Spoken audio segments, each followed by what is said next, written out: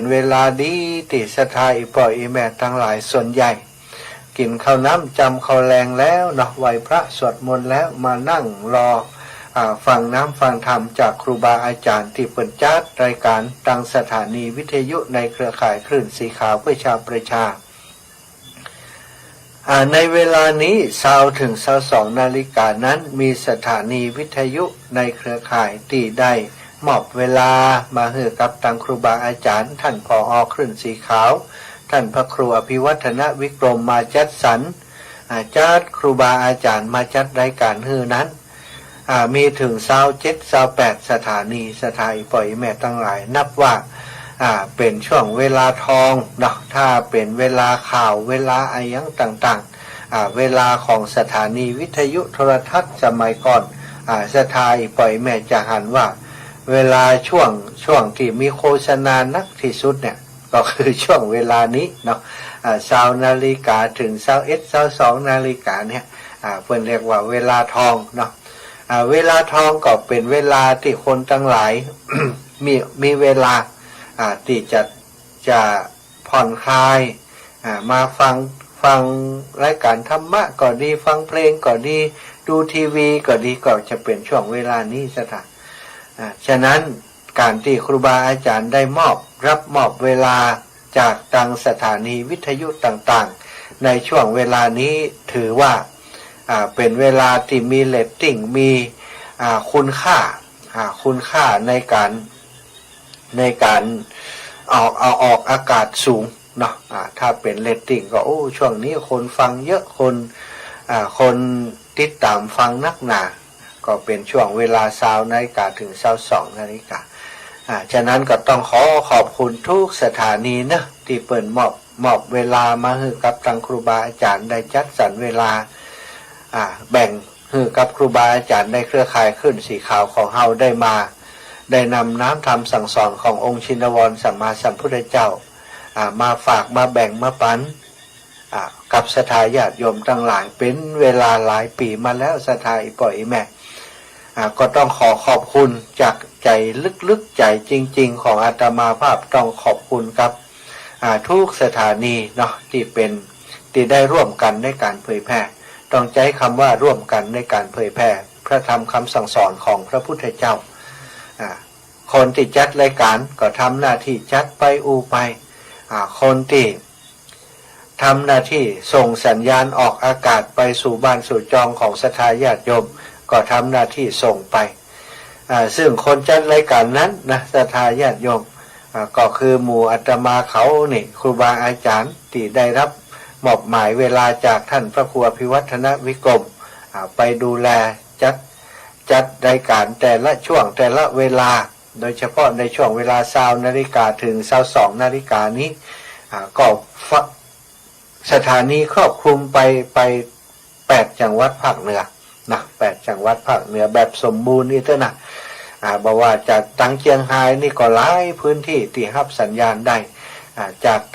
ตังเวียงป่าเป้านี่ก็ขึ้นไปแม่สวยท่าก็พุทธสดไปตังแม่สายเมืองเทิงไปถึงเจียงแสนเจียงคำเจียงของเมืองเทิงพุ่นสถานตังเมืองน่านเมืองแปะก็เหมือนกันเมืองแปะเมืองน่านก็หลายสถานีที่เปิดรับสัญญาณในช่วงนี้ตังจังหวัดลำปางของเฮาก็เช่นเดียวกันโดยเฉพาะคลื่นของคุณดารุณีเนาะที่ตังลำปางศรัทธาญาติโยมอีป่อยแม่ก็ติดตามอยู่ตลอดเหมือนกันก็ได้ฟังน้ำธรรมคำสั่งสอนจากครูบาอาจารย์ที่เปิดออกอากาศไปเนาะขอบคุณเจ้าหน้าที่สถานีทุกสถานีศรัทธาญาติโยมที่ติดตามรับฟัง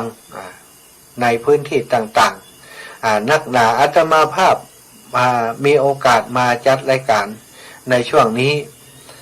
ค่อนข้างจะน้อยเนาะเนื่องจากว่าได้รับมอบหมายจากครูบาอาจารย์ให้จัดในช่วงเวลาอื่นอย่างเช่นเวลา5:00นะ3:00 ถึง5:00ของวันจันทร์เพราะในช่วงเวลานี้นี่ตั้งแต่วันจันทร์ถึงวันอาทิตย์สถาน ก็มีครูบาอาจารย์วัดพัดเวียนเปลี่ยนกันมาจัดอยู่ตลอดซึ่งแต่ละรูปละองค์ก็ถือว่าเป็นครูบาอาจารย์ที่มี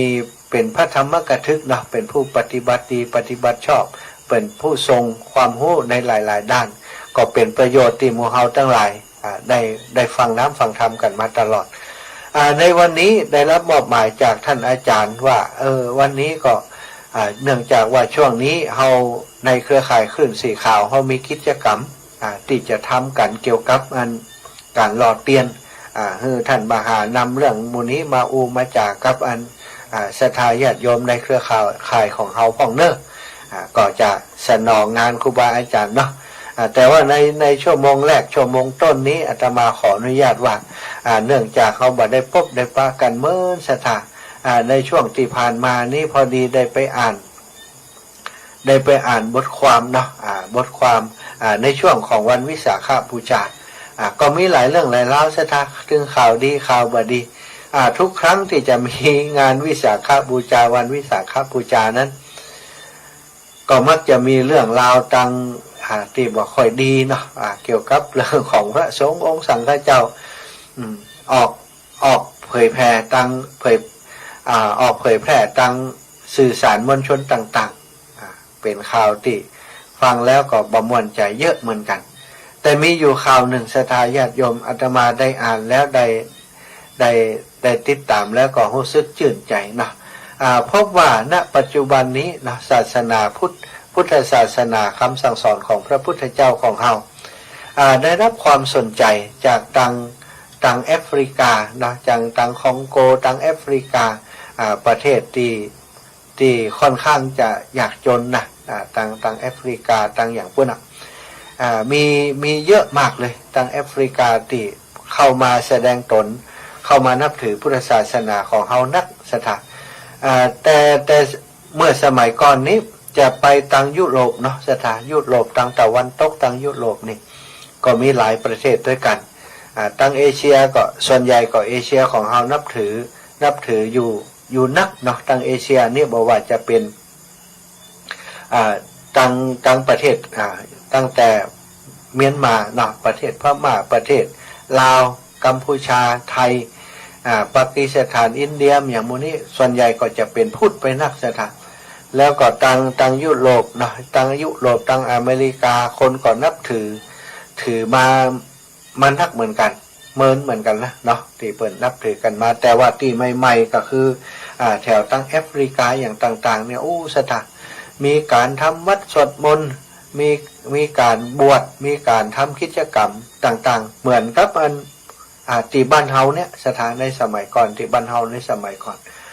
เปิ่นปากันเข้าวัดเข้าวารักษาศีลปฏิบัติธรรมนอนวัดนอนวากันนะกลายเป็นว่าบ้านเฮามันห่างมันล้างลาไปแต่ไปเจริญเติบโตที่อื่นที่ปล่อยแม่ทั้งหลายก็ทำให้มานึกถึงว่าศาสนาของในบทความที่เปิ่นเขียนถึงเนาะเปิ่นก็ได้อู้ถึงว่าปัจจุบันนี้ศาสนาพุทธของเฮาเนี่ยได้เกิดการยอมรับในหมู่ของปัญญาชนทั้งหลายของคนที่เปิ่นเป็นนักปราชญ์ทางศาสนาว่าเป็นศาสนาที่เป็นศาสนาสากลเป็นศาสนาที่เหมือนกับเป็นคือเป็นศาสนาที่สามารถสัมผัสได้เป็นวิทยาศาสตร์สถานบ่มีความขัดแย้งกับทางวิทยาศาสตร์วิทยาศาสตร์นี่เป็นเรื่องของทางโลกทั่วไปเนาะเรื่องของทางโลกทั่วไปวิทยาศาสตร์ทางวัตถุอิตนะสถานเรื่องของทางวัตถุวิทยาศาสตร์นี่คือคำตอบได้เกือบจะทุกเรื่องวิทยาศาสตร์มีคำตอบคือใดส่วนศาสนาเนาะศาสนาพุทธของเฮาเนี่ยเพิ่นบอกว่าเป็นวิทยาศาสตร์ทางจิตซึ่งสามารถพิสูจน์ได้ทนต่อการพิสูจน์พระพุทธเจ้าพระองค์ทรงสอนว่าธรรมะของพระองค์เนี่ยเป็นอากาลิโกเป็นเอหิปัสสิโกสามารถน้อมมาใส่ตนใส่ตัวได้สามารถเอามาศึกษาเรียนรู้ปฏิบัติได้ผลต่อตนเองได้ทนต่อการพิสูจน์สิ่งที่พระองค์บอกนั้นแม้กระทั่งการปฏิบัติศีลสมาธิปัญญาสถานการนั่งสมาธิเนี่ยการสวดมนต์การนั่งสมาธิได้ความสงบสุขอย่างใดได้มีความสุขอย่างใดในสมัยก่อนเนี่ยเปิ้นบ่มีการเฮาก็ดูจาก สีหน้าท่าทางเนาะอยู่ดูจากอาการภายนอกเอาว่าคนนี้มีความสุขมีความสุขหน้าตาจะอิ่มเอิบเบิกบานจิตใจจะมั่นคงเป็นคนนิ่งเป็นคนสมถะถ้าหันอย่างอีแสดงว่าคนนี้บรรลุธรรมโลนี่คนนี้มีดวงตาหันธรรมแล้วนี่คนนี้มีเข้าถึงธรรมชั้นสูงของพระพุทธเจ้าได้แล้วรู้เนี่ยสมัยก่อนก็จะอาศัยดูจากบุคลิกภาพดูจากความเป็นอยู่ของผู้ปฏิบัติธรรมแต่ในปัจจุบันนี้ศรัทธาญาติโยมมีการทดลองทางวิทยาศาสตร์เรื่องของคลื่นสมองเปิ้นสามารถเอาเครื่องวัดความถี่ของสมองของมนุษย์เราคนที่มีความโกรธความเกลียด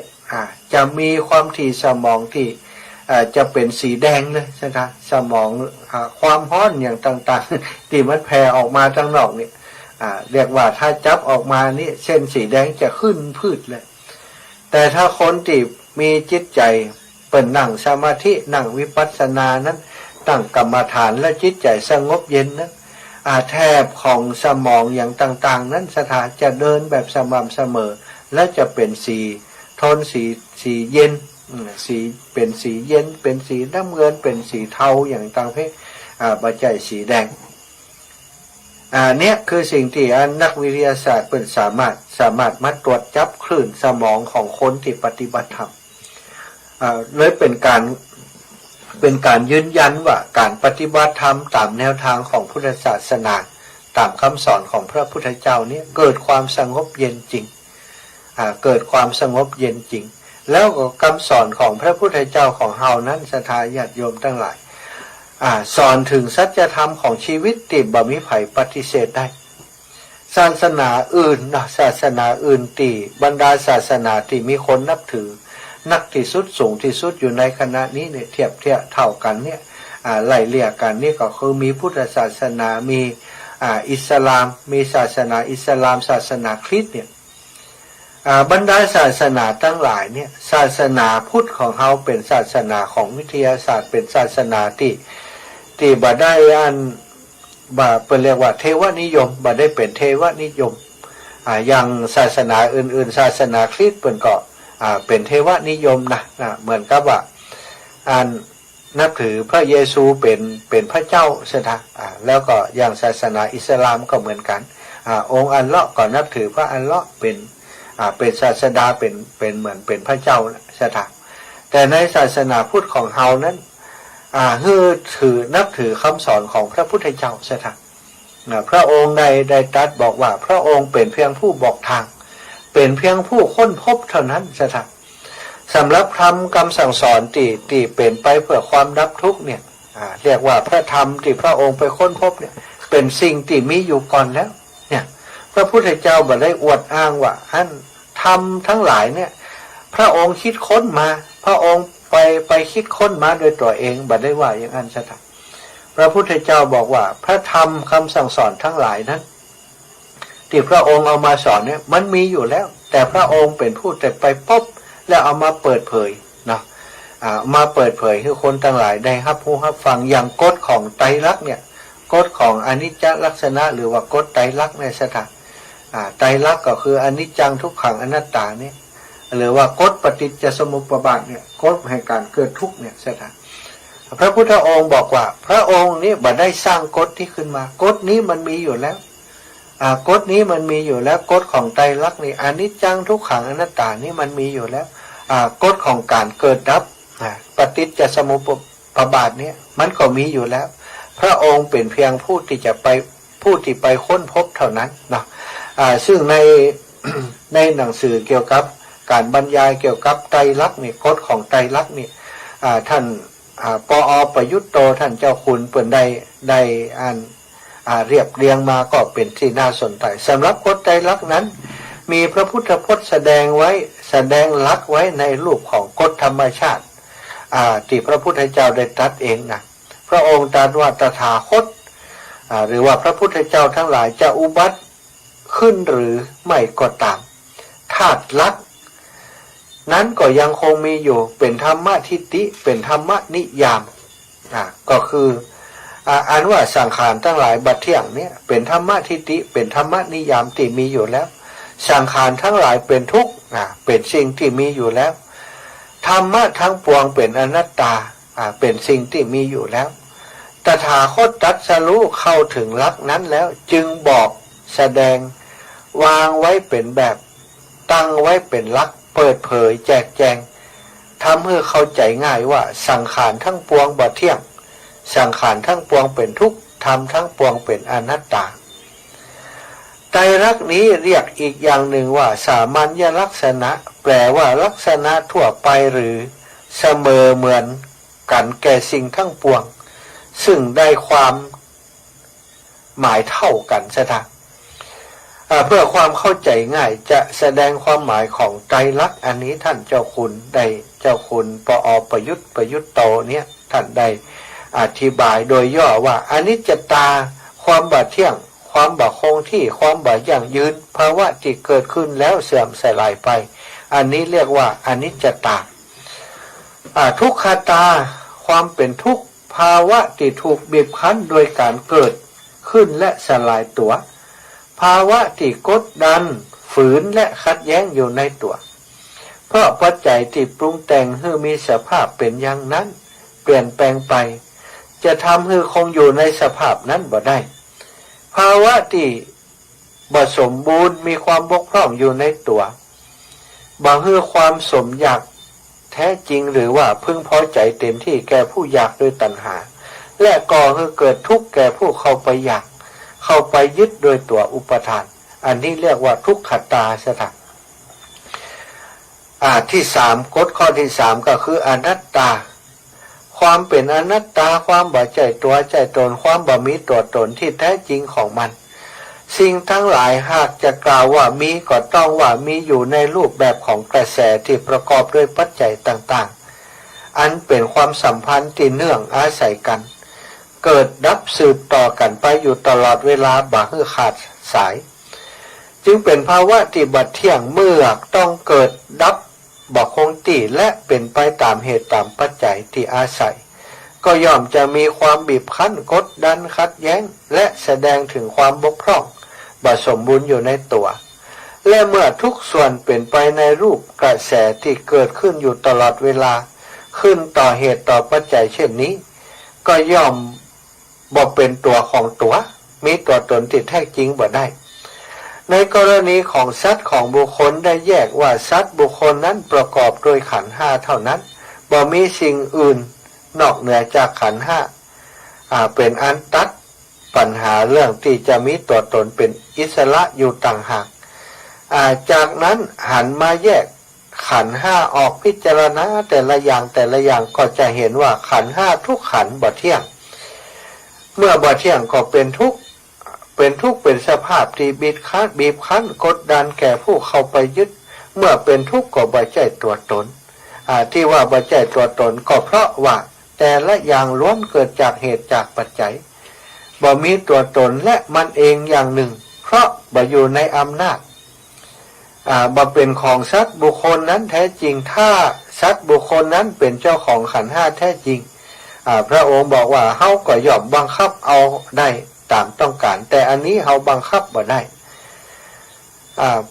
พระพุทธองค์ทรงตรัสแก่ภิกษุทั้งหลายว่าภิกษุทั้งหลายรูปเวทนาสัญญาสังขารวิญญาณเนี่ยเป็นอนัตตาหากรูปเวทนาสัญญาสังขารวิญญาณ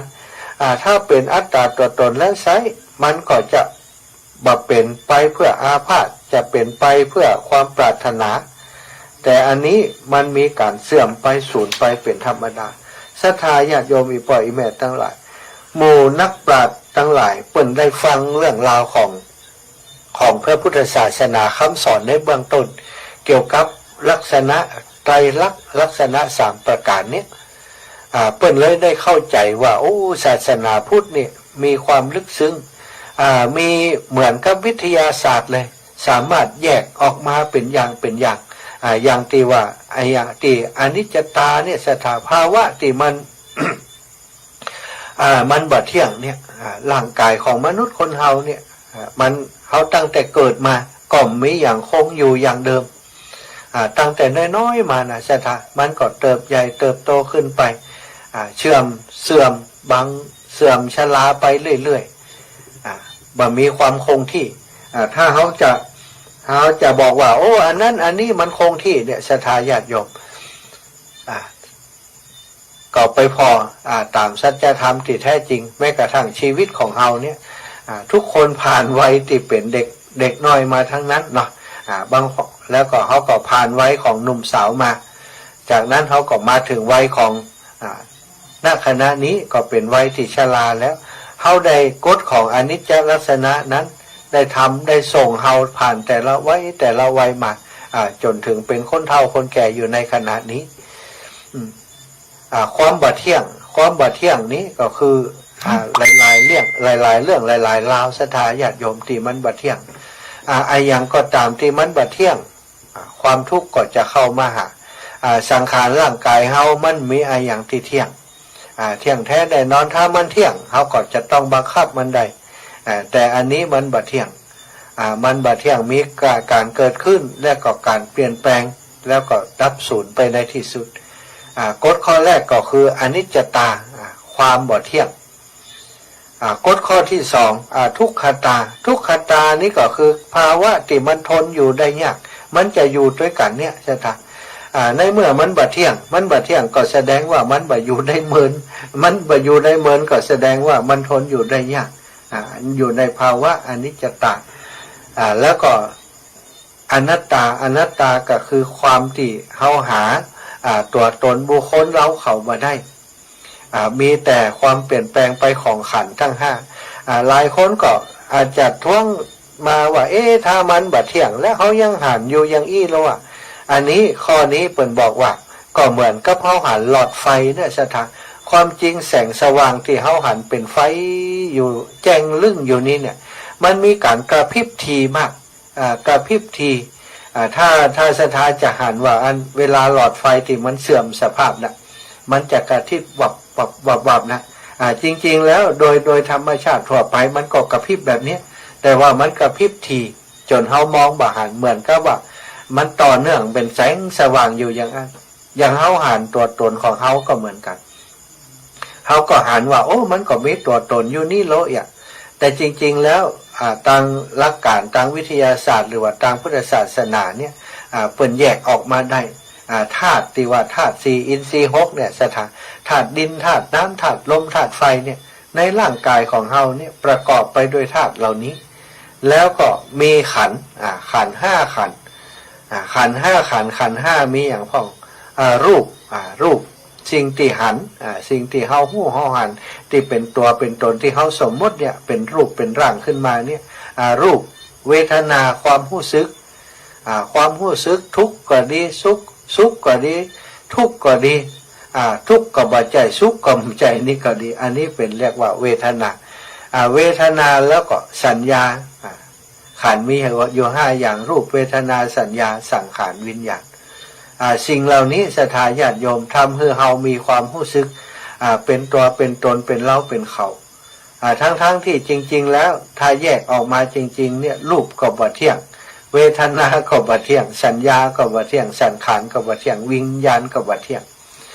เมื่อมันบ่เที่ยงมันก็บ่มีตัวตนอันนี้ศรัทธาหลักการใหญ่ๆอย่างอีทำให้ตังหมู่นักปราชญ์ทั้งหลายคนที่ศึกษาแบบวิทยาศาสตร์หันมาสนใจพุทธศาสนานักขึ้นแล้วก็หันมาสนใจเรื่องการปฏิบัตินักขึ้นศาสนาพุทธของเฮาเนาะพุทธของเฮาจึงไปเจริญตังประเทศตะวันตกซึ่งปัจจุบันนี้มีชาวยิวก็ดีชาวแม้กระทั่งต่างศาสนาเนาะที่เปิ้นหันเข้ามานับถือพุทธศาสนาของเฮานักขึ้นแล้วก็ได้นำเอาวัฒนธรรมประเพณีที่ดีงามตามพุทธศาสนาของเขาเผยแพร่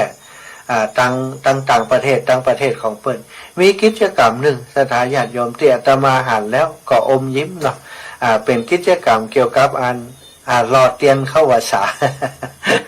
วันเดียวนี้รอเตียนเข้าวสาตั้งยุโรปเปิ้นทำกันนะศรัทธาตั้งยุโรปนี่เปิ้นบ่ได้ไปซื้อเตียนนะเปิ้นพยายามจะรักษาอันทำอย่างที่มันดูแล้วเป็นประเพณีที่มีความน่าเชื่อถือ มีความสุขมีความสุขมีความสมัครสมานสามัคคีกันในกลุ่มของเปิ้นในอเมริกาในประเทศอเมริกาก็มีหลายมณฑลด้วยกันที่เปิ้นนั้นนำพุทธศาสนาไปเผยแผ่และมีครูบาอาจารย์ไปประจำอยู่เพื่อจะมีกิจกรรมมูลนิธิกิจกรรมรอเตียนเข้าวสาซึ่งจะเป็นการร่วมจิตร่วมใจของชาวพุทธทั้งหลายที่อยู่ในรัฐของเปิ้นในจังหวัดของเปิ้นในพื้นที่ของเปิ้นแม้กระทั่งในประเทศญี่ปุ่นก็ดีเกาหลีก็ดีประเทศจีนก็ดีใกล้ๆบ้านเฮาเนี่ยเปิ้นก็ทำกิจกรรมแบบนี้กันแล้วในประเทศไทยของเฮาโดยเฉพาะในส่วนของทางภาคเหนือเนาะภาคเหนือของเฮาก็มีหลายที่หลายแห่งที่เปิ้นทำเป็นประเพณีแต่ละวัดแต่ละวาที่เปิ้นทำเป็นประเพณีมาก็ทำกันสืบมาโดยเฉพาะอย่างยิ่งมหาวิทยาลัยจุฬาลงกรณราชวิทยาลัยสงฆ์ของมหานิกายของเฮาแล้วก็มหามกุฏราชวิทยาลัยสงฆ์ของต่างธรรมยุทธเปิ้นก็มีกิจกรรมส่งเสริมให้มีกิจกรรมหล่อเตียนเข้าพรรษาเนาะซึ่งในกลุ่มเครือข่ายคลื่นสีขาวของเฮาตั้งครูบาอาจารย์ในเครือข่ายคลื่นสีขาวของเฮาก็ได้รักษาประเพณีอันดีงามนี้ไว้มาเมินนานแล้วศรัทธาญาติโยมเท่าที่อาตมาได้ทราบจากครูบาอาจารย์ที่เปิ้นเล่าให้ฟังเนาะ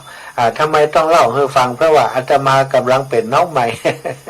กำลังจะได้มาทำงานกับครูบาอาจารย์ 2-3 ปีที่ผ่านมาก็พอดีว่าช่วง 2-3 ปีที่ผ่านมาที่อาตมาได้มาร่วมกิจกรรมกับครูบาอาจารย์นั้นเป็นช่วงที่สถานการณ์โควิด -19 มันระบาดเนาะก็เลยทำให้กิจกรรมเกี่ยวกับการรอเตียนเข้าพรรษา 2-3 ปีที่ผ่านมาได้ถูกระงับหรือว่าได้ยุดไปบ่ได้ทำกิจกรรมพวกนี้แต่ว่าก็ยังมีการต้านเตียน ของกลุ่มเครือข่ายของเฮาอยู่ไปต้านเตียนตีหันตีนี่ไปเป็นกลุ่มย่อยบ่ได้ไปเป็นคณะใหญ่ๆอย่างที่เฮาเคยจัดกันแล้วก็การรอเทียนก็ได้พักไปในช่วง 2-3 ปีที่ผ่านมาปีนี้จึงเป็นโอกาสดีที่ครูบาอาจารย์เปิ้นหันว่าสถานการณ์การระบาดของโควิด -19 นี้ทางราชการเปิ้นผ่อนปลนมาตรการแล้วเนาะก็ถือว่าควบคุมได้เป็นส่วนใหญ่แล้วการแพร่ระบาดก็สามารถกำจัดพื้นที่หรือว่าสามารถควบคุมได้คนที่ป่วยเป็นโควิด -19 ก็อาการบ่รุนแรงเหมือนกับสมัยก่อนก็ทำให้กิจกรรมในการรอเทียนกลับมาในเครือข่ายคลื่นสีขาวของเขาอีกครั้งหนึ่งก็เป็นโชคดีศรัทธาญาติโยมอาตมาได้รับเมตตาจากครูบาอาจารย์ว่าปีนี้จะไปรอเทียนเข้าพรรษาจำนำพรรษาที่วัดทุ่งโป่งตำบลเมืองปานอำเภอเมืองปานจังหวัดลำปางเป็นวัดที่อาตมาภาพบวชอยู่แล้วก็ได้ช่วยเหลือโรงเรียนขนาดเล็กที่ในหมู่บ้านของอาตมาแห่งนั้นเนาะศรัทธาญาติโยมหลายคนก็คงจะรู้จักดีว่าวัดทุ่งโป่งถ้ารู้จักอาตมาก็จะรู้จักว่าโรงเรียนบ้านทุ่งโป่งเป็นโรงเรียนที่อาตมาช่วยจ้างครูสอนเนาะปีนี้ได้จ้าง3 คนศรัทธาก็เลยเป็นปัญหาว่าโอ้จะซ่อปัจจัยที่ไหนมากุมมาปอเพราะมันใจจ่ายอยู่นักหนาพอสมควรก็เลยได้ช่วงก่อนได้เดินธุดงค์เนาะได้ตัดสินใจว่าทำโครงการธรรมยตราเพื่อการศึกษาที่เคยทำนั้นได้เดินธุดงค์ไปตามภาคใต้โอ้ท่านอาจารย์เพิ่นเป็นห่วงว่าบ่เดินละปิกมา จะมีการรอเตียนเข้าว่าสาที่วัดตรงปงจะช่วยระดมทุนช่วยโรงเรียนตัวเองนะก็เลยได้กลับมาเตรียมมีการประชุมเมื่อวันที่21เดือนพฤษภาที่ผ่านมาสถานเดือนพฤษภาที่ผ่านมาประชุมกันที่21มติในที่ประชุมนั้นก็กำหนดว่ามีการรอเตียนในวันที่15เดือนกรกฎาคมก็เดือนหน้าเนาะเดือนนี้มิถุนาเดือนหน้ากรกฎาคมสถานที่ที่จะทำการรอเตียนก็คือที่วัดทุ่งโป่งตำบลเมืองปานอำเภอเมืองปานจังหวัดลำปางแล้วก็รอจำนวน9 เล่มรอเสร็จเรียบร้อยก็จะเอามาตกแต่งประดับประดาแล้วจะเอาไปทอดถวายที่ วัดพระบาทอุดมน้ำบ่อสวาในวันที่13 สิงหาสถานรอ15เอาไปทอดถวายที่วัดพระบาทอุดมน้ำบ่อสวา13 สิงหาจำนวนที่จะรอคือ9 เล่มวิธีการในวันนั้นในวันที่รอนั้นครูบาอาจารย์เปิดจัดตานเตียนตัวศรัทธาญาติโยมที่ไปร่วมบุญกันวันนั้นก็จะได้ตานเตียน15 หัววัดเนาะ15 หัววัดในพื้นที่ของอำเภอเมืองปานซึ่งครูบาอาจารย์ได้มอบหมายให้อาตมาเป็นผู้นิมนต์พระสงฆ์องค์สังฆเจ้าวัดวาอารามในพื้นที่ของอำเภอเมืองปานมาเป็นผู้ฮับเตียนพรรษาจากศรัทธาญาติโยมที่จะไปตานในวันนั้น15 หัววัดด้วยกันวันนั้นศรัทธาญาติโยมทั้งหลายจะได้ไปตานเตียนด้วยกันจะได้ไปหล่อเตียนด้วยกันในวันนั้นอาตมาได้อุจากับศรัทธาญาติโยมต่างลำปางว่าเขาจะมีแขกต่างบ้านต่างเมืองเพิ่นไปแอวเนาะโดยเฉพาะพี่น้องต่างเชียงใหม่เชียงไฮ้ลำพูนเมืองแปะเมืองน่านเพิ่นจะไปแอวหาเฮาก็จะขอให้พี่น้องต่างลำปางเนี่ยเป็นเจ้าภาพด้วยกันยืนรักในการต้อนรับขับสู่ดูแลจะมีการนำคนเฒ่าคนแก่ที่เป็นชมรมผู้ปฏิบัติธรรมของแต่ละวัดวาอารามในพื้นที่ของจังหวัดลำปาง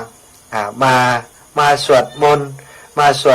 าไหว้พระสำเนียงของตังลำปางสวดมนต์ไหว้พระแผ่เมตตาเนาะก็มีติดต่ออยู่2-3 วัดด้วยกันที่เปิ่นมีกลุ่มมีคณะที่เปิ่นนั้นมีญาติโยมที่เปิ่นปฏิบัติธรรมสวดมนต์เข้าทำนองเข้าจังหวะกันนะเปิ่นจะมาในงานวันนั้นโดยสถานนี้ในเบื้องต้นเนาะก็จะเป็นพี่น้องตังลำปางแล้วก็ตังเชียงไฮ้ได้ข่าวว่าจะมีของท่านอาจารย์พระมหาเสาแก้วเนาะจะเอาลูกหลานนักเรียนมาสวดธรรมจักรตัวสวดธรรมจักรตัวก็อาจจะมีที่อื่นด้วยเนาะที่เปิ่นสวดมนต์มีทำนองแบบตั้งเหนือของเฮาทำนองตั้งเชียงใหม่พ่องอย่างพ่องถ้าเปิ่นมาเป็นคณะก็จะมาร่วมกิจกรรมกันเพราะว่าเขามีเวลาในการที่จะร่วมกิจกรรมตั้งแต่ประมาณ8 นาฬิกา8 โมงครึ่งไปสถาน9 โมงไปจนถึง5 โมงแรงก็จนกว่าจะรอเสร็จนะก็จะมีกิจกรรมอยู่หลายอย่างด้วยกัน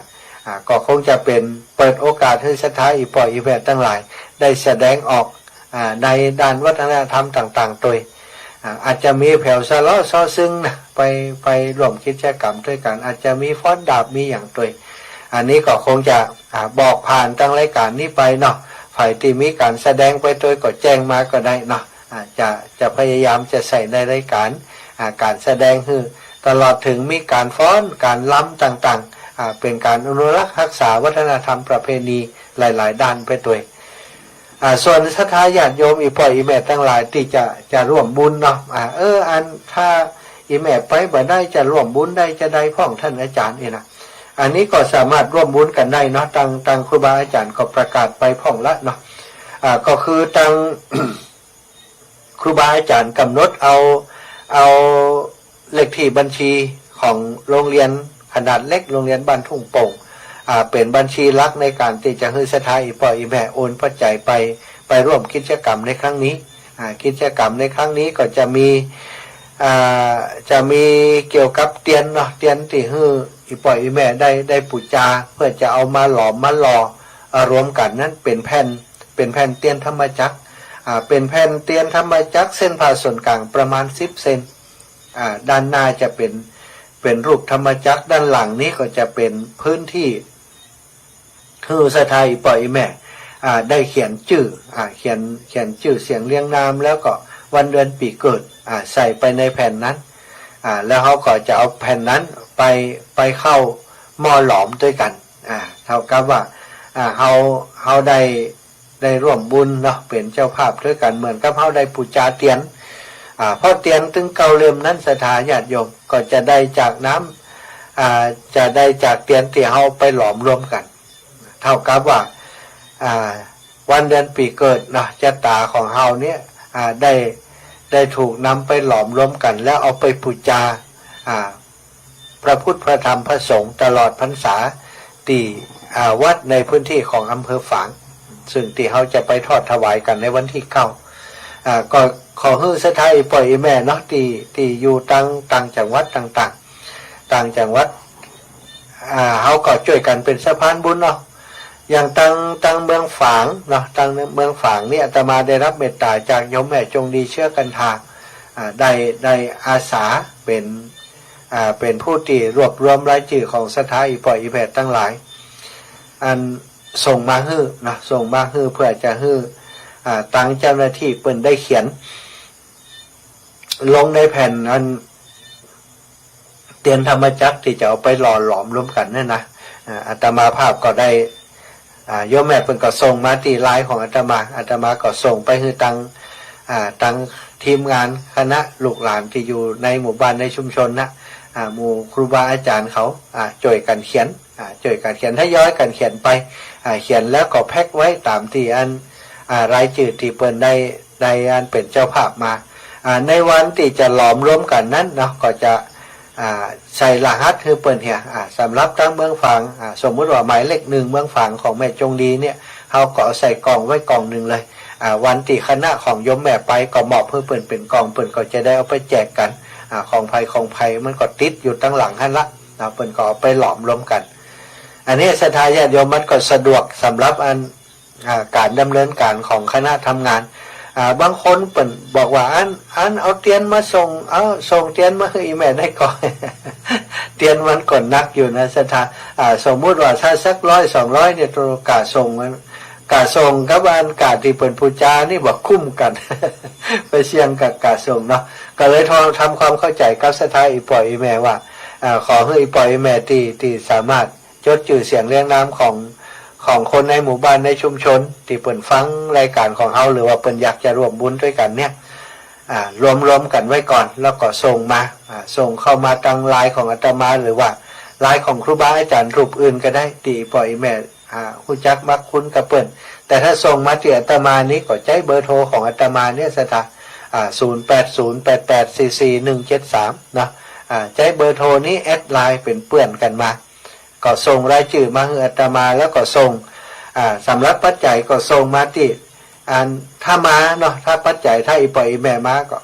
ก็นำมาเองก็ได้หรือว่าถ้าบ่ได้มาอีแม่บ่ได้ไปแต่อยากจะร่วมบุญโดยก็สามารถโอนมาทางบัญชีธนาคารของโรงเรียนขนาดเล็กเนาะเป็นบัญชีของธนาคารกรุงไทยเนาะสถานทั้งหลาย0853636342555363630255เนาะธนาคารกรุงไทยชื่อบัญชีว่าโครงการพัฒนาโรงเรียนขนาดเล็กอีปอยอีแม่สามารถโอนเข้าบัญชีนั้นได้เลยเป็นบัญชีที่ครูบาอาจารย์ได้เป็นบัญชีหลักในการทำกิจกรรมครั้งนี้ตอนนี้ก็มีศรัทธาญาติโยมที่เปิ่นทยอยโอนมาโอนปัจจัยมาแล้วก็ทยอยส่งรายชื่อมากันนักหนาพอสมควรศรัทธาที่ลำปางนี่อาตมาก็ได้มีญาติโยมที่เป็นสะพานบุญ50กว่าจุดศรัทธาในพื้นที่ของจังหวัดลำปางแต่ว่าตั้งงานเชียงใหม่เนาะตั้งเชียงใหม่ตั้งเชียงไฮ้ตั้งเมืองแปะเมืองน่านก็คงจะต้องอาศัยเปิ่งบุญจากอีปอยอีแปะทั้งหลายที่เป็นสะพานบุญคือกันเนาะหรือว่าบางท่านจะเป็นส่วนตัวมากเอากับเฉพาะครอบครัวท่านส่งมาก็ได้เอาบัญชีของเอาไลน์ของอาตมาส่งรายชื่อมาตั้งไลน์ของอาตมาเนาะเบอร์ไลน์เนาะศรัทธาญาติโยมสมัครเป็นเปิดตั้งไลน์ของอาตมาที่เลขอันเบอร์โทรศัพท์0808844173 0808844173เนาะเอาเบอร์ไลน์เนี้ยเนาะเอาเบอร์โทรศัพท์ของอาตมาเนี่ยสมัครไลน์เป็นเพื่อนกันถ้าสมัครบ่จ้างก็คือละอ่อนเขาสมัครซะได้ละอ่อนนี่มันถึงจ้างว่าเนาะสมัครเพื่อจะส่งรายชื่อมาให้อาตมาแล้วก็ส่งหลักฐานการร่วมบุญด้วยกันในครั้งนี้มาให้เนาะก็โอนปัจจัยเข้ามาที่บัญชีของโรงเรียนขนาดเล็ก5363034255นะก็ขอขอบคุณทุกท่านนะอีปอยอีแม่ทั้งหลายที่ฟังรายการอยู่ในขณะนี้เนาะตอนนี้20:45 นาทีก็จะแบ่งปันเวลาในชั่วโมง รกนี้สัก15 นาทีเพื่อจะให้ปล่อยแม่ได้โทรมาอูมาเอ่ยเนาะโทรมาอูมาเอ่ยกันอูยาวล้ำเดี๋ยวก็อันเสียงมันแหบมันแห้งไปเสียตาก็ขั้นรายการโดยฮือเสถาญาติโยมได้อูมาจากันพ้องได้โทรมาอูมาจากันพ้องเนาะห่างหายกันไปเมินพี่น้องเชียงรายพี่น้องตังแม่สาย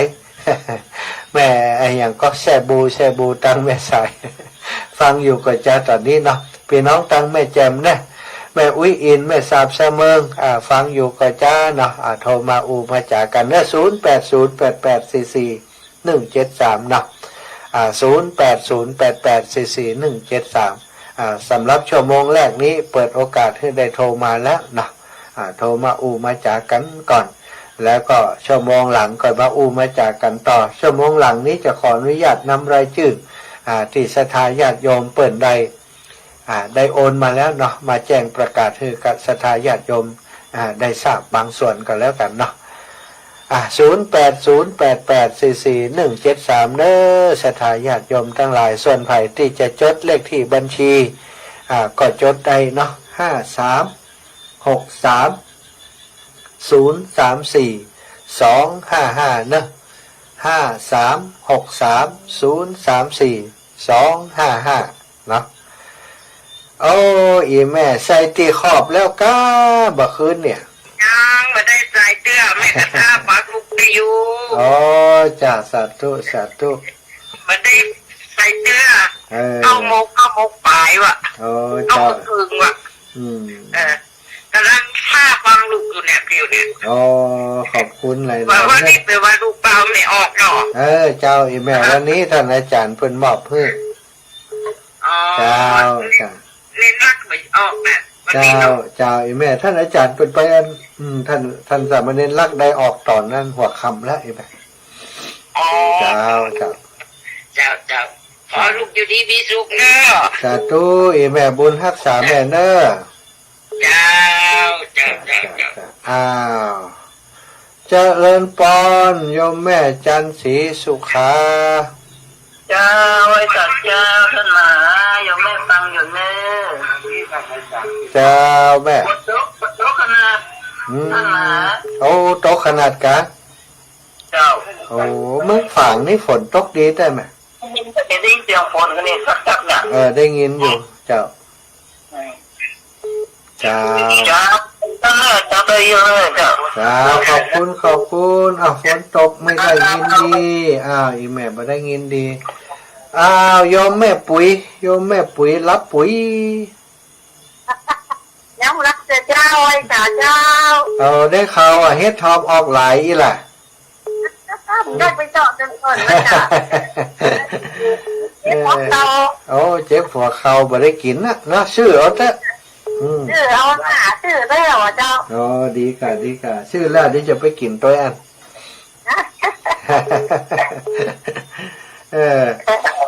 อันนี้ก่อนเด้อได้เงินเอาไรจืดอยู่เด้อเจ้าคือเขาเป็นน้องตังพุ่นก็มาเอาตีแม่หน่อยแม่ฟังจากคืนดารุณีกะคืนดารุณีกับฟังตอนเย็นกับฟังอันเลยสูงนะจ๊ะเจ้าตอนนี้ฟังดารุณีเนาะเจ้าสาธุขอบคุณอีแม่เนอะสาธุพี่น้องลำปางเจริญปอนแม่คำสันขวางแม่ใจเจ้ากาไว้ตาตันมหาเจ้าแม่คำอยู่เด้อบ่ได้ยินเสียงกันเมินแล้วได้ยินแล้วดีอกดีใจได้ยินเสียงเนาะนะครับได้มาแอวก็จ้าเมืองลำปางนี่แม่ถ้าวันนี้ไปแม่จะไปเมืองแปรวันที่15นี่เจ้า15นี่กะเจ้า15ผูกวันเฮือเนี่ยเจ้าอันนี้เป็น10แม่อันนี้15เดือนหน้าพุ่นนะอันนี้วันที่15เดือนเนี่ยเพิ่นจะไปพระป่าแม่จะไปพระป่าจะเปิดนั่นกะวังสิ้นนี่นะไปวังสิ้นกะสาธุเด้อเจ้าท่านมาหาอันนี้ห้าตัดสวนนะเจ้าขอบคุณอีแม่เนอะเจ้าแม่อุ้ยอินแม่สาบเสมอมาแล้วมาได้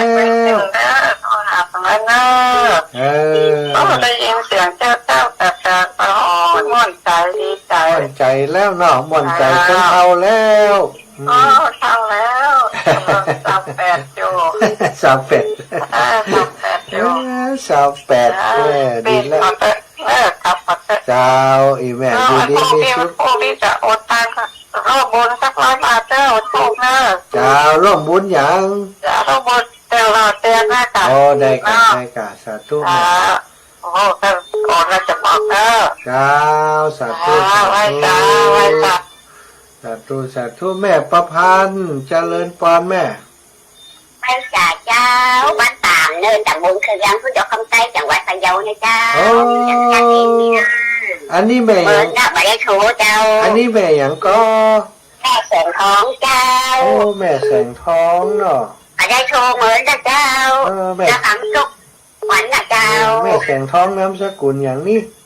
น้ำสกุลชาละการเจ้าชาละการเอาอยู่พะเยาเนาะเอาอยู่พะเยาเพื่อดอกคำไตเจ้าโอ้ดอกคำไตเนาะโอ้บ้านปางเจ้าบ้านปางตำบลคือเวียงเจ้าโอ้ผู้เวียงพุ่นกะตำบลคือเวียงเจ้าตำบลคือเวียงคือเวียงเจ้าแม่สาธุถามกูเจี๋ยแล้วเจ้ากูคือนะเจ้าโอ้ดีแล้วเนาะตำบลคือเวียงพุ่นเนาะโอ้สาธุกำลังใจนะเจ้าเนอเจ้าขอบคุณอีแม่เนอเจ้าไว้จ่าเจ้าพี่น้องพะเยาแม่สีทอนเจ้าไว้จ่าเจ้าท่านหมาจำได้อยู่แหละจำได้กะนึกว่าจำกันมาได้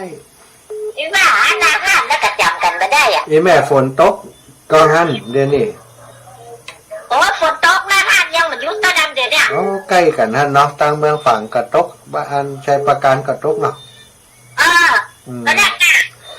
เฮ็ดทอใครจะออกนักเต็มทีกะฮะฝนตกดิ้งอีกตกดีขนาดเดี๋ยวมันผูกจะไปสอดซื้อเฮ็ดทอเมืองฝั่งมาสอดยังก็สอดซื้อเฮ็ดทอมีกับตาไม่ตักกูน่ะเดี๋ยวไปจ้าแม่ได้กิจกรรมไปแล้วเป็นสะพานบุญจิมนาอันรอเตียนนาจดชื่อมาเด้อเจ้าเดี๋ยวไปมาจันเรียนเลย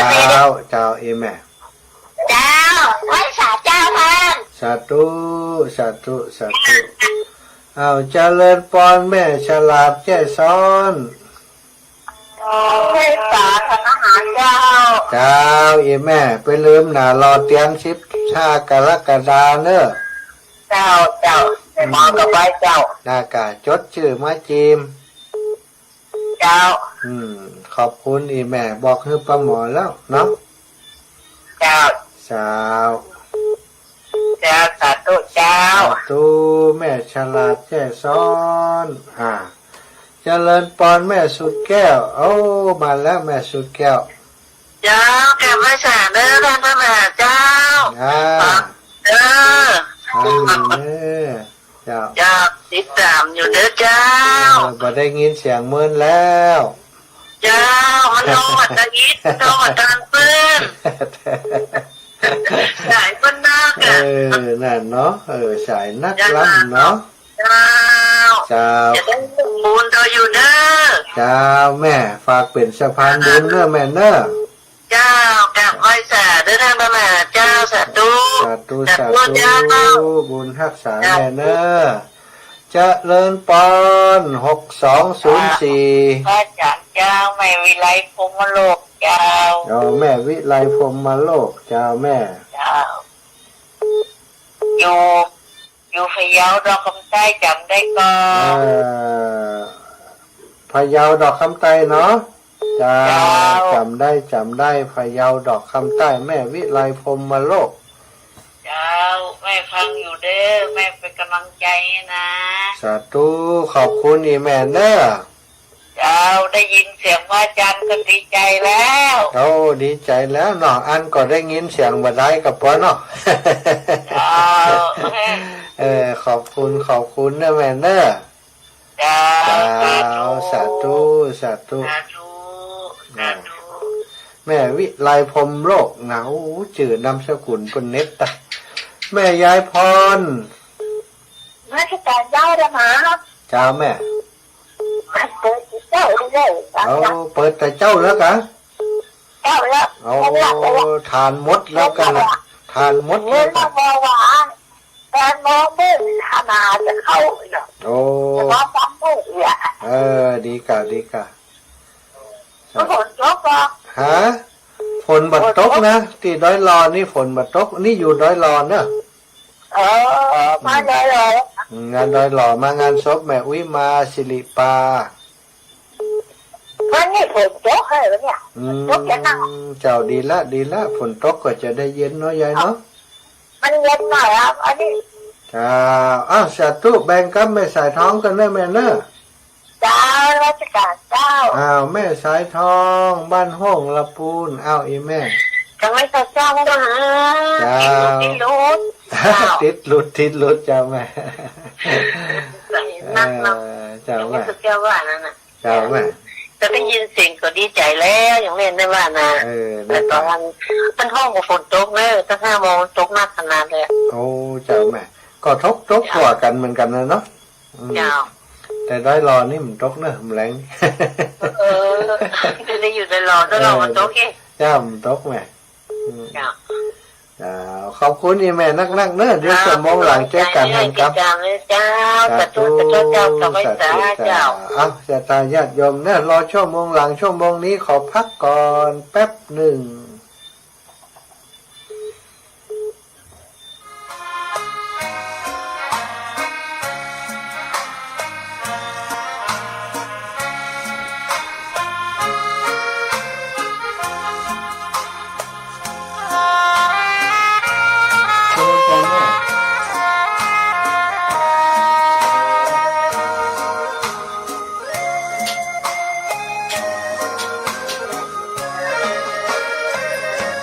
ลิ้วเพลงคำถูกถ้อยคำเข้าถึงจิตใจ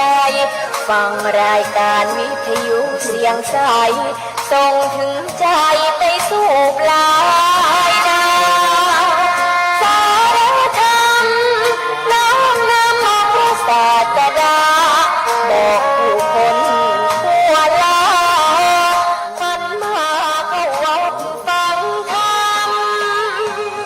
คลื่นเสียงนี้เป็นคลื่นธรรมะจากใจ ส่งถึงบ้านไกลบ้านไกล ฟังได้สุขใจล้ำยามดึกดื่นค่ำคืนมีงานต้องทำเป็นคลื่นสารธรรม เน้นย้ำธรรมะเพื่อนใจ เสียงคลื่นธรรมบอกหลักธรรมให้คลายความเหงาฟังเสียงธรรมะเบาเบาบอกเล่าถึงคนบ้านไกลสื่อธรรมะบอกหลักละระหว่างด้วยใจ สื่อไปถึงสวงใน เข้าใจหลักธรรมหลักดีลิ้วเพลงธรรมถูกสัมพันธ์จิตใจร่าเริงฟังสาระธรรมะบันเทิงรื่นเริงในชีวิตยามมันว่างเดินทางไปเยี่ยมสถานีนัดพบกันน้องพี่วันนี้วันเสาร์สวดมนต์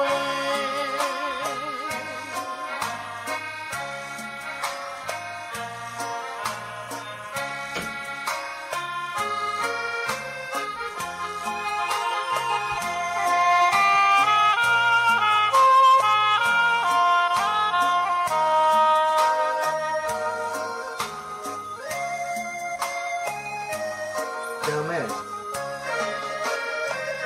เสียงคลื่นธรรมบอกหลักธรรมให้คลายความเหงาฟังเสียงธรรมะเบาเบาบอกเล่าถึงคนบ้า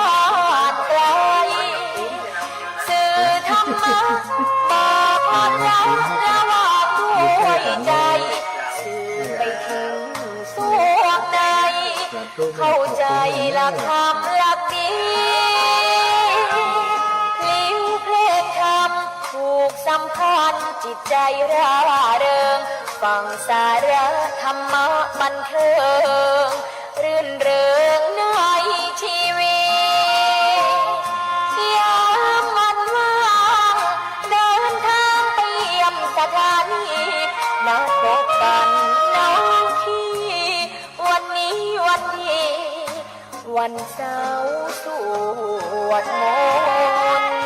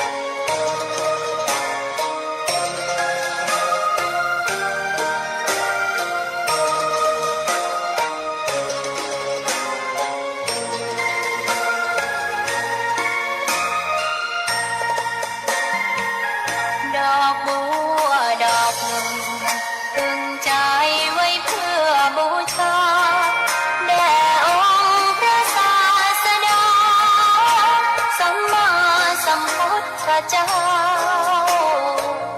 มีความงามเงียบไม่เปรียบเทียบเขาเทียบเราใครมองไม่งามช่างเขาแต่เจ้าก็คือดอกบัวด้วยความสัตย์ซื่อยึดถือความดีเป็นหลักใครรักไม่รักก็ไม่จมปลักมองมัวเมื่อโผล่พ้นน้ำก็เห็นความงามในตัวไม่ยึดติดในตมชั่วขอเป็นดอกบัวดอกดีใครไม่มองว่าบัวงามเด่นแต่บัวก็เป็นดอกบัวทุกวันอย่างนี้ไม่อยากเด่นดังแต่มุ่งหวังในทางเด่นดีเกิดมาเพื่อสร้างบารมีถวายชีพนี้บูชาดอกบัวดอก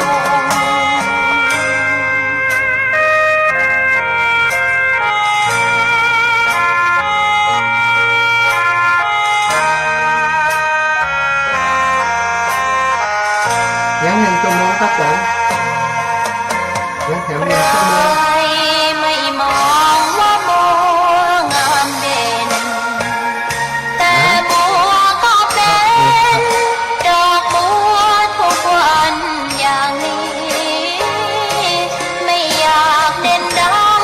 แต่มุ่งหวังในทางเด่นดีเกิดมาเพื่อสร้างบารมีถวายชีพนี้บูชาดอกบัวดอกน้อยเฝ้าคอยคนที่ใจบุญมาออกเอื้อเกื้อกูลรู้ค่าของบุญเก็บบัวขึ้นมาเพื่อสร้างความดีและสร้างบารมีดังว่าใช้ดอกบัวนี้บูชา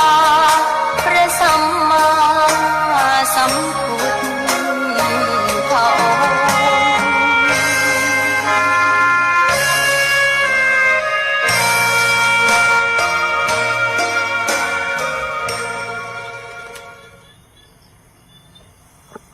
ธรรมะสวัสดี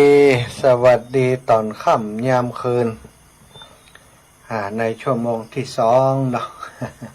ผ่านไป1 ชั่วโมงเสร็จไทยปล่อยแม่ตั้งหลาย ก็ขอบคุณกับสถาเท่าแก่อีปอยอีแม่ที่พยายามโทรเข้ามาเนาะบางผ่องก็โทรติดติดก็ตันฮับก็มีบัดตันฮับก็มีมันเตือมันค้างสายอยู่กำลังอู้กับแหมคนอยู่ คนนั้นก็มาล้อตุ๊ดจนขาดเปิ้นจนเสียงมดสัญญาณมดไปเหี่ยเนาะก็ต้องขอสุมาอภัยเนอะได้มันช่วงเวลานี้เพราะว่าฟังกันอยู่หลายพื้นที่เนาะคนนั้นจังหวัดนั้นโทรมาหน่อยจังหวัดนี้โทรมาหน่อยมันก็เลยสายมาโจนกัน สายมันโจนกันบางห้องโทรมาก็ตึงบัดติดกดยังได้ก็บัดติด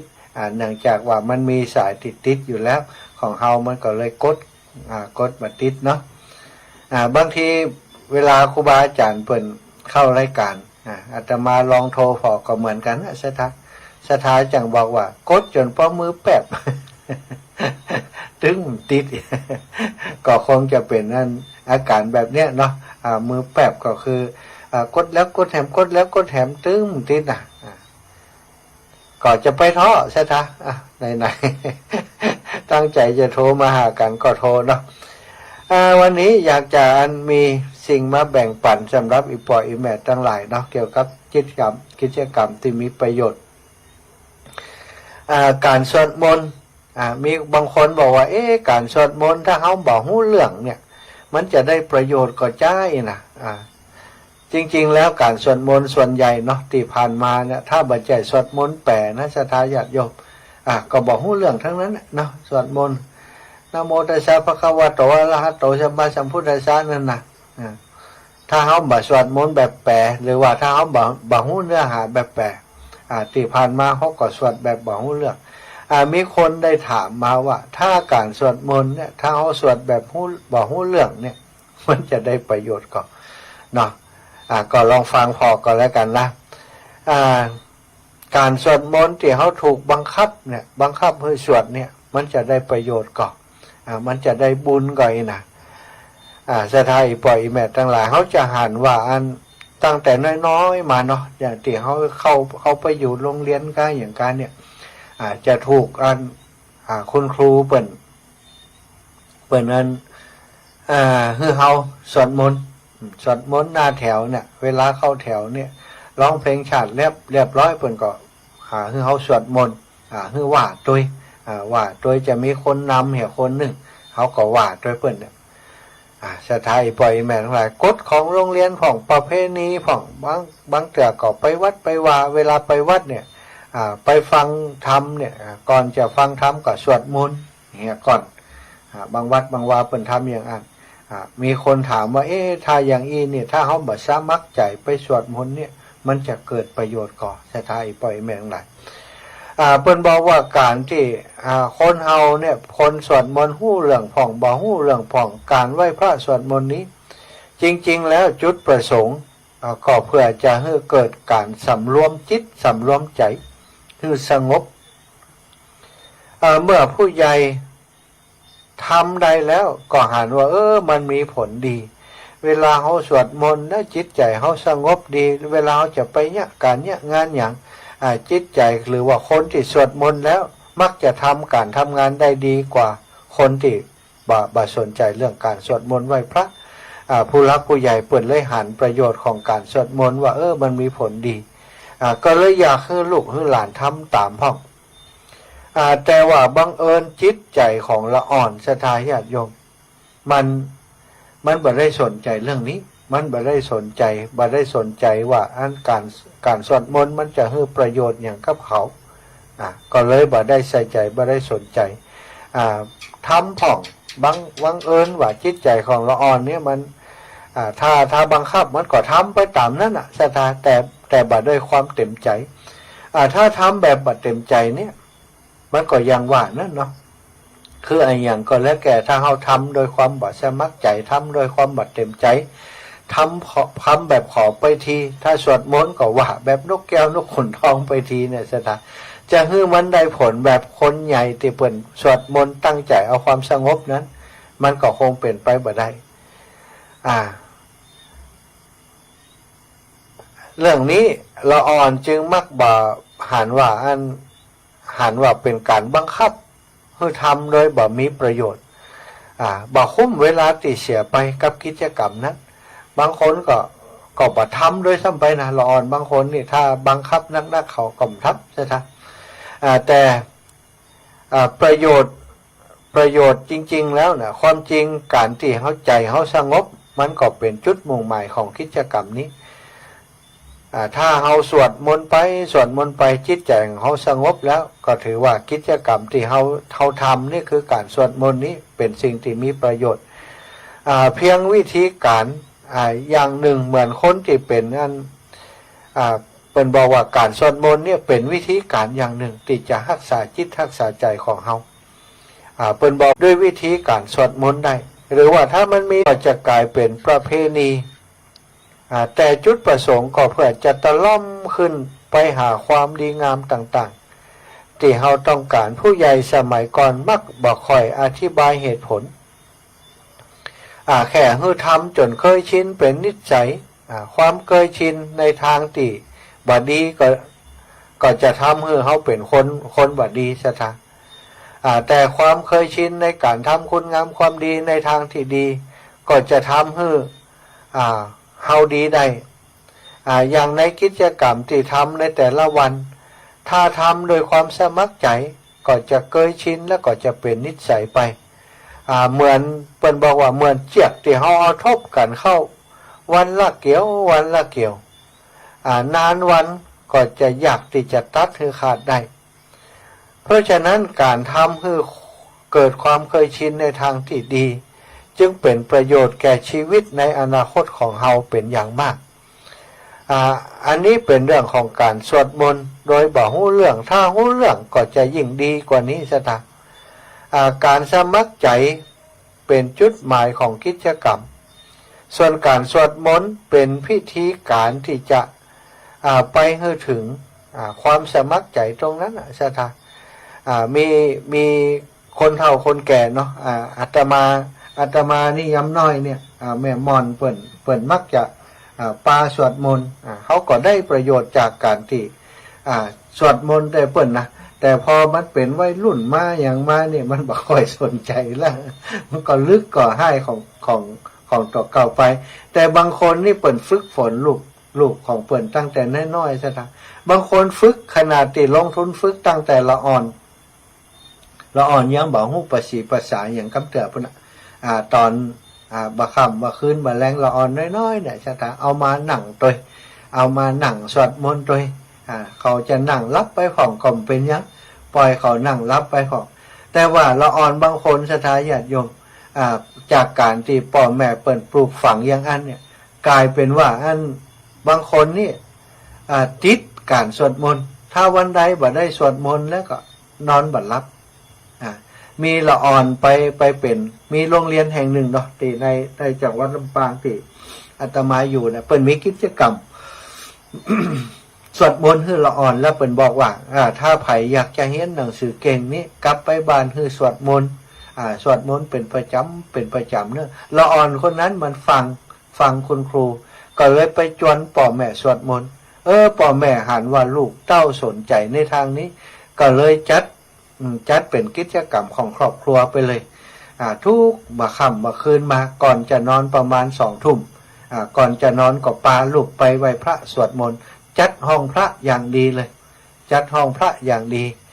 มีเบาะสำหรับลูกมีเบาะสำหรับพ่อแม่สำหรับสวดมนต์เด็กคนนี้กลายเป็นเด็กที่ถ้าถึงเวลามาปุ๊บก็จะบอกพ่อแม่แล้วพ่อแม่ไปสวดมนต์กันพ่อแม่ก็จะต้องทำแบบนั้นกับลูกเป็นประจำพ่อแม่คนนั้นมาอู้ให้อาตมาฟังว่าในสมัยก่อนเนี่ยตัวเขาเองก็ไม่ได้สนใจนะไม่ได้สนใจว่าจะต้องมาสวดมนต์อย่างนี้ทุกวันมีความรู้สึกว่าน่าเบื่อด้วยซ้ำไปแต่พอดีว่าลูกเป็นผู้ที่สนใจก่อนได้ฟังจากคุณครูมาก็เลยพาพ่อแม่สวดมนต์ด้วยก็เลยกลายว่า โดนลูกบังคับศรัทธาแต่ว่าบังคับไปบังคับมาพ่อแม่บอกว่าจากการที่เวลานี้บักก่อนเนี่ยเป็นเวลาที่จะนั่งดูข่าวกาตั้งทีวีผ่องดู หรือว่านั่งเล่นเฟซเล่นไลน์กับเปิ่นกับฝูงบ่ได้มีกิจกรรมกับลูกกับเต้าเลยพอลูกเต้าจวนสวดมนต์แบบนี้กลายเป็นว่าถึงเวลามาปุ๊บก็ต้องไปเข้าห้องสวดมนต์กับลูกแล้วการสวดมนต์ประมาณ30นาทีนี่เกิดผลอย่างใหญ่หลวงกับครอบครัวว่าอันสถาจากการที่เปิ่นมีลูกที่อายุนักแล้วเนาะลูกเป็นวัยรุ่นคนหนึ่งก่อนตอนที่เป็นละออนเปิ่นก็ได้ฝึกฝนเรื่องการสวดมนต์ให้เขาแล้วก็ตอนที่น้องมาปาป่อแม่สวดมนต์เนี่ยปีของเขาคนนั้นก็ได้สวดมนต์เขาก็ได้สวดมนต์แต่ว่าห้องจะอยู่ข้างๆห้องที่เป็นห้องสวดมนต์น่ะห้องพระของครอบครัวนั้นน่ะปรากฏว่าจากบักก่อนจากแต่ก่อนมาอีเนาะเปิ้นว่าลูกของเปิ้นคนเก่านั่นน่ะเป็นคนที่หยังบ่ค่อยฟังบ่ค่อยเชื่อฟังหลังจากที่เปิ้นสวดมนต์ทุกวันเนี่ยเป็นเวลา 3-4 เดือนผ่านไปก็ปรากฏว่าลูกคนที่เป็นปีนั่นนะที่ว่าลึกเนี่ยเป็นคนที่เริ่มมีกิริยามารยาทที่ดีขึ้นบ่ค่อยไปแอวไหนแล้วก็กลับบ้านก็ตรงเวลาแล้วก็ตอนที่พ่อแม่สวดมนต์เขาก็จะเงียบเหมือนกับว่าฟังไปตัวเองในสถานในช่วงแรกๆหันเปิดเพลงผ่องเปิดอย่างฟังผ่องแต่ว่าช่วงหลังๆมาเนี่ยเวลาพ่อแม่และน้องสวดมนต์ก็ห้องข้างๆก็จะเงียบทีนี้พ่อแม่ก็บ่ฮู้ว่าลูกก็สวดมนต์ตัวสถานเขาคงจะอายหรืออะไรอย่างสักอย่างเนี่ยเนาะลูกคนโตที่บ่ได้มาสวดมนต์ตัวหั่นน่ะแต่เงียบทีนี้วันหนึ่งมีแม่เปิ่นกันเลยเข้าไปในห้องลูกปรากฏว่าไปหันภาพว่าลูกคนเก่าก็สวดมนต์ตัวเหมือนกันก็เลยได้จวนกันมาสวดมนต์พร้อมหน้าพร้อมตากันในห้องสวดมนต์นะเลยกลายเป็นว่าครอบครัวนั้นมีกิจกรรมร่วมกันทุกคืนจากเกินชั่วโมงที่แหละเกินชั่วโมงต่อมาก็เพิ่มเวลาเป็น1 ชั่วโมงว่าสวดมนต์ด้วยแล้วก็นั่งสมาธิด้วยกันด้วยทำให้ครอบครัวนั้นละอ่อนน้องน้อยคนที่ว่าจนสวดมนต์เนี่ยก็กลายเป็นคนที่เฮียนเก่งและต่อมานี่ลูกคนเก่าที่ว่าเป็นคนลึกนั่นนะก็ปั๊บกลายเป็นละอ่อนที่ว่านอนสอนง่ายซะทักแล้วก็เฮียนหนังสือเก่งขึ้นมาทำให้ครอบครัวนี้ได้ไปอู้ในได้เป็นตัวอย่างของนักเรียนโรงเรียนแห่งนั้นเนาะไปอู้ฮือฟังว่าความเปลี่ยนแปลงของครอบครัวของเปิ้นเนี่ยเกิดมาจากสาเหตุอย่างแกบอกว่าถ้าลูกสาว ลูกสาวไปโรงเรียนมาแล้วฟังที่ครูบอกฮือแล้วก็ได้เอามาบอกฮือพ่อแม่แล้วชวนพ่อแม่สวดมนต์แกคิดว่าปัญหาต่างๆปัญหาลูกคนเก้าที่ลึกเนี่ยก็คงจะลึกอยู่แล้วก็ปัญหาในการที่ในครอบครัวนั้นบ่ค่อยได้สื่อสารบ่ค่อยได้อู้ได้จากันบ่ค่อยได้ทำกิจกรรมร่วมกันก็คงจะเป็นอย่างนั้นต่อไปทีนี้โอกาสที่มันเกิดขึ้นแกบอกว่าบัดน่าเชื่อว่าเกิดขึ้นจากการที่ลูกจวนสวดมนต์แล้วก็ทำตามกันเลยกลายเป็นทำให้ครอบครัวนั้นมีความสุขอาตมาคิดว่าสิ่งเหล่านี้นะศรัทธาญาติโยมถ้ามันมีไผ่เป็นคนที่จุดประกายสักคนหนึ่งเนี่ยทำให้คนในครอบครัวได้มีโอกาสทำวัดสวดมนต์กันเนี่ยอย่างน้อยวันหนึ่งเรามีเวลา30นาทีก็ดี1 ชั่วโมงก็ดีเนี่ยได้ทำกิจกรรมเหล่านี้รวมกันนี่มันจะสร้างทำให้ครอบครัวนั้นเนี่ยมีความสงบสุขมีความเจริญรุ่งเรืองได้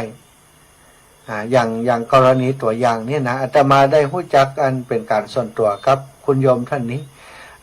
เนื่องจากว่าเปิ่นใส่บาตรซะท่าเปิ่นใส่บาตรเขาก็คือจากการที่เปิ่นใส่บาตรแล้วก็มีโอกาสหันเปิ่นใส่บาตรถึงครอบครัวนะถึงพ่อแม่แล้วก็ลูกแล้วก็เวลาใส่บาตรใส่ด้วยกันอย่างทุกวันก็เลยได้อู้ได้จ่าได้ไถ่ถามเปิ่นก็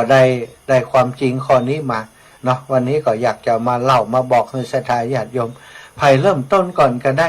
จะรอให้ลูกมันบอกอย่างอันก็คงจะมีส่วนน้อยนะ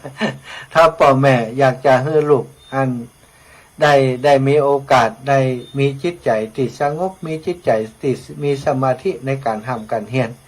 มีจิตใจที่เข้าใกล้ธรรมะของพระพุทธเจ้าก็ควรจะเริ่มต้นจากกิจกรรมง่ายๆแบบนี้เนาะอาจจะเริ่มต้นจากกิจกรรมที่บ่ต้องเมิน15 นาทีหรือว่า30 นาทีประมาณนี้จนกันไหว้พระสวดมนต์ทุกวันแล้วก็ที่สำคัญก็คือต้องจังอู้จังจากกับลูกนะต้องกำลังใจเขาหรือว่าต้องมีของสิ่งที่จะมาเป็นรางวัลจุดหล่อใจให้เขาได้มีความสนใจในการทำวัดสวดมนต์มันก็จะช่วยได้นะคนสมัยก่อนคนสมัยโบราณเนี่ยปู่ย่าตายายมักจะพาลูกหลานทำวัดสวดมนต์ถ้าบัดทุกวันก็อาจจะเป็นวันพระก็ได้สถานขยับมาวันละเล็กละน้อย7 วันก็สวดแห่เตือ7 วันก็สวดแห่เตือถ้ามันติดแล้วกาก็เอาทุกวันวันละสัก15 นาทีก็จะเป็นการดีสำหรับลูกหลานของเฮาเนาะเป็นประโยชน์กับลูกกับหลานของเฮาอันนี้ก็เป็นสิ่งที่อยากจะมาฝากบอกกับอีปอยอีแม่ทั้งหลายเฮาต้องสร้างบรรยากาศของการมีน้ำมีธรรมในครอบครัวของเฮาถ้าลูกหลานเขาได้มีโอกาสสวดมนต์เนาะเสียงสวดมนต์เนี่ยมันเป็นเสียงของสมาธิมันเป็นเสียงที่จะทำให้ลูกหลานของเขาจิตใจสงบบางครั้งบางทีเขามีปัญหาในการทำการเฮียนจิตใจมันเป็นสมาธิเฮียนบ่ค่อยรู้เรื่องนี่ถ้าเฮาปาเขาทำวัดทำสวดมนต์ก็มีสมาธิก็จะทำให้ละอ่อนคนนั้นเป็นคนเก่งไปได้อย่างมีด็อกเตอร์ท่านหนึ่งเนาะด็อกเตอร์อาจองค์นะอาจองค์ชุมสายนะอยุธยาเนี่ยก็เป็นเปิ้นเป็นถือว่าเป็นลูกของข้าบดีคนมีเงินมีทองสถานเปิ้นบอกว่าก่อนเนี่ยก่อนที่เปิ้นจะไปเฮียนไปอยู่ต่างประเทศเนี่ยเปิ้นอยู่ในประเทศไทยเนี่ยเฮียนบ่ค่อยรู้เรื่องอยู่แล้วสถานพ่อแม่เลยส่งไปเฮียนต่างประเทศไปอยู่ต่างประเทศเนื่องจากว่าต้องอยู่คนเดียวแล้วก็ไปเฮียนแข่งขันกับพวกฝรั่งมังค่าอย่างต่างๆเนี่ยสถานแกบอกว่าที่แรกแกเฮียนบ่เข้าใจเฮียนบ่รู้เรื่องบ่ค่อยมีสมาธิก่อนพอดีได้ไปอ่านหนังสือเรื่องเกี่ยวกับการสวดมนต์การทำสมาธิต่างๆแกก็เลยลองเอามาปฏิบัติดูลองมาสวดมนต์มานั่งสมาธิดูก็ปรากฏว่าได้ผลดีเกินคาดว่า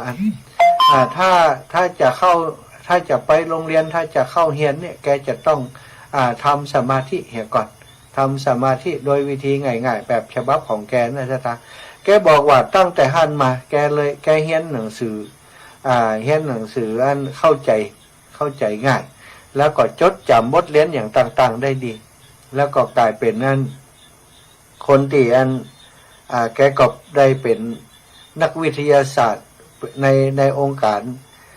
นาซานะจ๊ะดร.อาจองค์ชุมสายณอยุธยาเนี่ย ก็จากการที่แกบอกว่าแกมีวิธีเฮียนหนังสือด้วยการทำสมาธิไปด้วยทำสมาธิสวดมนต์อย่างต่างๆไปด้วยอันนี้ก็เป็นเคล็ดลับอย่างหนึ่งแกมาเปิดโรงเรียนสอนโรงเรียนของแกเนี่ยโรงเรียนนานาชาติที่แกเปิดเนี่ยแกก็จะฮื้อละอ่อนเนี่ยได้ทำเกี่ยวกับเรื่องการสวดมนต์การทำสมาธินี้ประกอบการเฮียนไปด้วยอันนี้ก็เป็นเรื่องที่ดีเนาะศรัทธาปล่อยแม่ทั้งหลายวันนี้เลยเอามาฝากมาแบ่งมาปันถ้าศรัทธาญาติโยมอีปล่อยแม่สวดมนต์อยู่แล้วก็พยายามพยายามปาลูกปาหลานมาสวดมนต์ตัวพ่องถ้าบ่อันแล้วเขาก็จะห่างเหินไปติ๊กบ่มีโอกาสได้ทำวัดสวดมนต์การที่ทำวัดสวดมนต์เนาะเขาได้ประโยชน์จะได้ก็ควรที่จะให้ลูกให้หลานเขาได้ประโยชน์เหมือนกับที่เขาได้การสวดมนต์นี่ช่วยได้หลายอย่างหลายประการศรัทธาญาติโยมเพิ่นบอกว่าแม้กระทั่งเทวดาเนาะบ้านใดที่มันอยู่บ่ม่วนบ่นั้นมันฮ้อนหิบ่มาก้าบ่ขึ้นมีแต่ทะเลาะบ่แว้งพิษเถียงกันอยู่เป็นประจำนี่ลองเปลี่ยนพอลองเปลี่ยนมีการสวดมนต์มีการทำวัด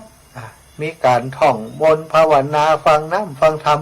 เอาธรรมะมาเปิดอยู่เป็นประจำเนี่ยจะทำให้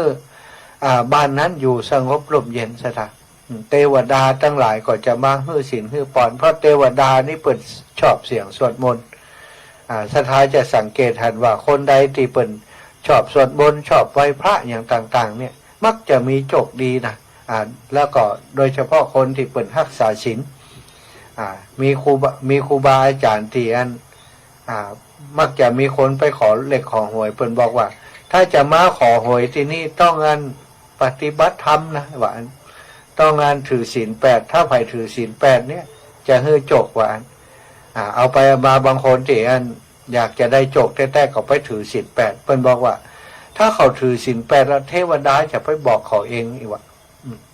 บางคนก็ถือศีล 8แล้วก็มีโจกเป็นมันนะสถาเนาะฉะนั้นก็ต้องเริ่มจากการทำวัดสวดมนต์ก่อนถึงจะมีโจกมีใจการที่จะไปหาโจกก่อนจากคนอื่นเนี่ยเขาก็ต้องสร้างตัวเขาให้เป็นคนที่มีโจกจะให้ตัวเขามีโจกก็ต้องเริ่มจากรักษาศีลเนาะเอาไว้พระสวดมนต์รักษาศีลปฏิบัติธรรมอยู่เป็นประจำเทวดาเพิ่นเขาจะมาอนุเคราะห์สงเคราะห์เขาเองเอาละสุดท้ายปล่อยแม่ทั้งหลายอาตมาภาพขออนุญาตแจ้งชื่อเสียงเรียงนามของศรัทธาญาติโยมที่เปิ้นเปิ้นปูจาแผ่นขี้ผึ้งเนาะแผ่นเตียนธรรมจักรนี่นะซึ่งเป็นศรัทธาญาติโยมจากต่างเมืองฝางเนะมาสายงานของโยมแม่จงดีที่เปิ้นจดชื่อเสียงเรียงนามส่งมากุเตือบ่มีเวลาที่จะประกาศเนาะประกาศเพิ่นกับบ่ได้ยินเนื่องจากว่าบ่ได้ออกอากาศไปต่างเมืองฝางแต่ขณะนี้ออกอากาศไปต่างเมืองฝาง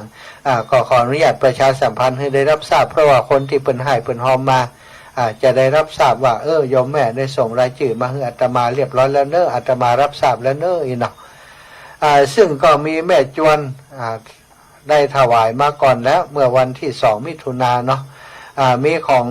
องแม่หลวงอุทุมพรเรือนคำจันทร์5 แผ่นแม่นิพามูลเทียน5 แผ่นแม่ประพันธ์สมมั่ง5 แผ่นแม่พรนิพาวงแก้ว1 แผ่นแม่นางเหมย30 บาทแม่อามกดคำ1 บาทแม่อัมพันธ์อินทวงศ์50 บาทแม่พันนีชัยยา2 แผ่น40 บาทแม่จันตาชัยวงศ์50 บาทแม่จ้อยเมืองใจ50 บาทพ่อสมศักดิ์เจริญสุข5 แผ่น100 บาทแม่ชุนพิมายสิริบุญ50 บาทแล้วก็มีป้าหมออินทร์แม่จงดีเชื้อกันทา9 แผ่น180แม่จันศรีสุขา5 แผ่น100 บาทแม่บัวพัดกุรัน5 แผ่น100 บาทแม่วัชรีเชี่ยวนพรัตน์9 แผ่น180 บาทแม่อุ่นแม่ระพรวงเมธา9 แผ่น180 บาทแม่ศรีนวลสิทธิวัง5 แผ่น100 บาทแม่พองปิมปา5 แผ่น100 บาทแม่ปราณีมณีจร20 บาทแม่น้อยกุลธนา2 แผ่น40 บาทป่อสวัสดิ์วงคำ20 แผ่น20 บาทแม่ขันแก้ววงคำ1 แผ่นนางพัชรีวงคำ1 แผ่นนายชลธีวงคำ1 แผ่นนางเกตแก้วสีคำ1 แผ่นแม่คำผงสังฆจิต1 แผ่น50 บาทแม่แสงวันปานหมอก2 แผ่น40 บาทแม่อัมพันธ์อินทวงศ์1 แผ่นแม่จันเปงบัวบาน1 แผ่นแล้วก็นายสาธิตนางสุดารัตน์สุนันตาเด็กหญิงนิรดาเด็กหญิงปริยาดาสุนันตาร่วมบุญ100 บาทพ่อเปงตาธิแม่นิพามูลเทียนนายปรัชญามูลเทียนร่วมบุญ200 บาทพ่อหนานประทุมวงแปงแม่วัฒนาพรกิตติกุลร่วมบุญ200 บาทแม่สุพันนีกุลวิทะ100 บาทแม่ประภัยวงศรีสุข50 บาทแม่แสงล่าทาโทน100 บาทแม่ทองสายทิยศ40 บาทแม่ประพันธ์สมมั่ง50 บาทแม่เนียมเตเจเรือง20 บาทนางสาวเพ็ญญาดาเจริญศรี20 บาทนางวราลักษณ์เตเจเรือง1 แผ่นนายเกษดาสังวรณงาม1 แผ่นนายประชาสังวรงาม1 แผ่นแล้วก็แม่มณีมันดาเล40 บาทแม่ศรีวันนวลคำ100 บาทแม่ระพีพันธ์อินทบาล100 บาทแม่บุญส่งฟองกุณา100 บาทเนอะอันนี้ก็ใส่งานของโยมแม่จงดีเชื้อกันทานเนาะก็ยังมีแหมอยู่